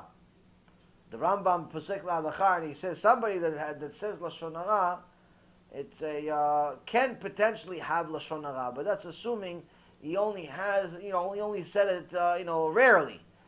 But because of course, the Rambam says, because of course someone that says Lashon Hara on a regular basis has no share of the world to come. Like, it's not even a question. He says, this is not what we're talking about. We're not talking about the woman that talks Lashon Hara every day on the phone to her friends or at the cafeteria with all the colleagues. No, we're not talking about that. He says, somebody that said Lashon Hara could potentially have Olam Haba. But somebody says Lashon Hara all the time, of course he doesn't have Olam Haba. He is killing himself. Yeah, but so if somebody puts a gun to your head and says, go say Lashon Hara about somebody, what do? You say it or you just get shot? Well, obviously, you're a noose at that point. You're a noose. You're not. It's not a cardinal sin to the extent that you are noosed. You're not. Anyone that listens to this Lashon Hara knows that it's going against your will. It's not a. No one's going to take it seriously. No one's going to believe what's being said simply because there's a gun in your head. That's why you shouldn't hang out at the projects where there's a lot of guns. You should hang out in a normal neighborhood where there's no guns. Hang out, why I went to high school was the projects. There's a lot of guns over there. It's Port Richmond High School. Lots of guns over there. Some guys even brought guns to school.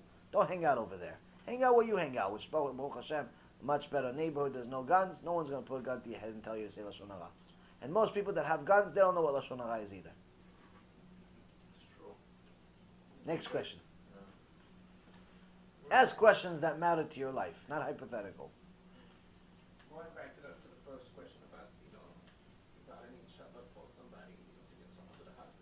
Ken. And you say it's, like, it's, we're saving that person so that, they can observe, more Shabbat in the future. Ken. That's assuming that this is a Jew.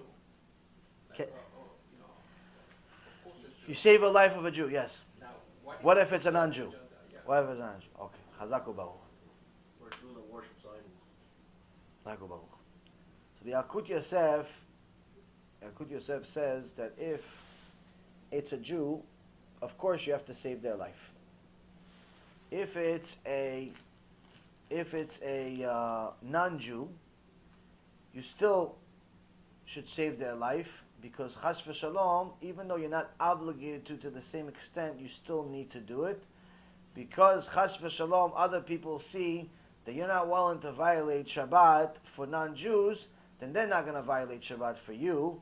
And this goes into the medical field. It could hurt Am Yisrael. So the guy says, listen, I'm a Jewish doctor. I'm not going to violate Shabbat unless the patients you're sending me on Shabbat are Jewish. So what happens? The non-Jewish doctor, that's also very good, and perhaps even better than the Jewish doctor, says, well, I'm not showing up on Shabbat, and I'm going to show up and not help the Jewish people. So then you're putting the entire nation at risk, and therefore we're all obligated to violate Shabbat for whether it's a Jew or a non-Jew. Now, if the person is a known heretic that's an enemy of Hashem, like this Jacob guy, you don't have no obligation to save him at all. You can let him die. You can let him die. You don't have to violate Shabbat for him at all. Why? Because he's an enemy of Hashem. What if he does teshuvah for you saving him? At that point, he's an enemy of Hashem. If he does tshuva at that point, he says, I'm doing tshuva, then you save him. But if he hasn't done tshuva, if he still says in his deathbed that all the garbage, the filth that comes out of his mouth continues to spew out, you tell him, Chazaku Baruch for all the things you were, you say all the questions you had for Hashem, you're about to meet him very soon. Enjoy. Enjoy your deathbed. You have no permission to violate Shabbat for him. Why? He's an enemy of Hashem. A non-Jew is not necessarily an enemy of Hashem. That's why also you should know that if, this is scary, but I said this in a shiur in Miami a year or two ago, and I think the crowd almost had a heart attack. Hope maybe one day we'll make a clip out of it. I don't remember when it was. The Rambam posek la'alacha that if a idol worshiper touches wine that's uncooked, just lifts it like I lift this cup, and the wine is open, it's now considered yain nesech. Yain nesech means wine for idol worship. You are not allowed to drink that wine. You're not even allowed to give that wine to your dog. In case you have a drunk dog that likes wine, you're not even allowed to give it to him. Meaning you cannot benefit from this wine in any way, shape, or form. You must destroy it. The only thing you can do with idolatry or the sacrifices of idolatry or anything related to idolatry is destroy it. Okay? That's the only thing you're allowed to do with such wine. Now, if a Christian touches your wine, you must destroy it. If a Jew that violates Shabbat, befarestia, he drives on Shabbat on a regular basis, he smokes on Shabbat on a regular basis, he plays on his phone on a regular basis on Shabbat, he violates Shabbat on a regular basis, he touches your wine is also considered, again, just like it's a wine of idol worship. But he's not idol worshipping, he's not a Christian, he's a Jew. But he's just a Jew that's mored b'malchut, he goes against Hashem. Doesn't matter. According to Halacha, Hilchot Shabbat, chapter 30, last Halacha, Rambam says that a Jew that violates Shabbat is considered 100% an idol worshipper. So he is considered the same thing as a Christian or that worships J.C. Penney, or as a Hindu guy that worships a rat or a cow or a motorcycle or Donald Trump or whatever. Now, you got it so far? Right. Now what about if some Noahide comes and touches your wine? He believes in God. What happens if not a Noahide? It's easy to get a Noahide. What happens if an Arab, terrorist, Mustafa from Al-Qaeda, comes, he says, let me see your wine, shakes it a little bit. What do? Halacha is, it's perfectly fine, you're allowed to drink it. Halacha is, you're allowed to drink the wine that Mustafa, the terrorist, shook. Why? Because Mustafa may be a terrorist Rasha, but he's not an idol worshiper, like the Christian or the Mechalel Shabbat Jew. You are allowed to drink that wine because he is not an idol worshiper. Which means, Rabotai, which means, this will show you where we're at right now in this generation. Your brother, your cousin, your father, your sister, your mom, whoever you know that's a violator of Shabbat, that's a Jew, is worse than a terrorist in the eyes of Hashem. It's not just worse than murder. He's worse than a terrorist in the eyes of Hashem. Do you understand? Because if the terrorist, Imach Shimo, touches the wine, we can still drink it.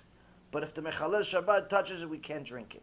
That's how low a Jew goes if he violates Shabbat. If that doesn't explain you, if that doesn't shake your neshama to go out there and do tshuva, to go out there and get other people to do tshuva, you probably died already. You're in Olam Haba, half of you.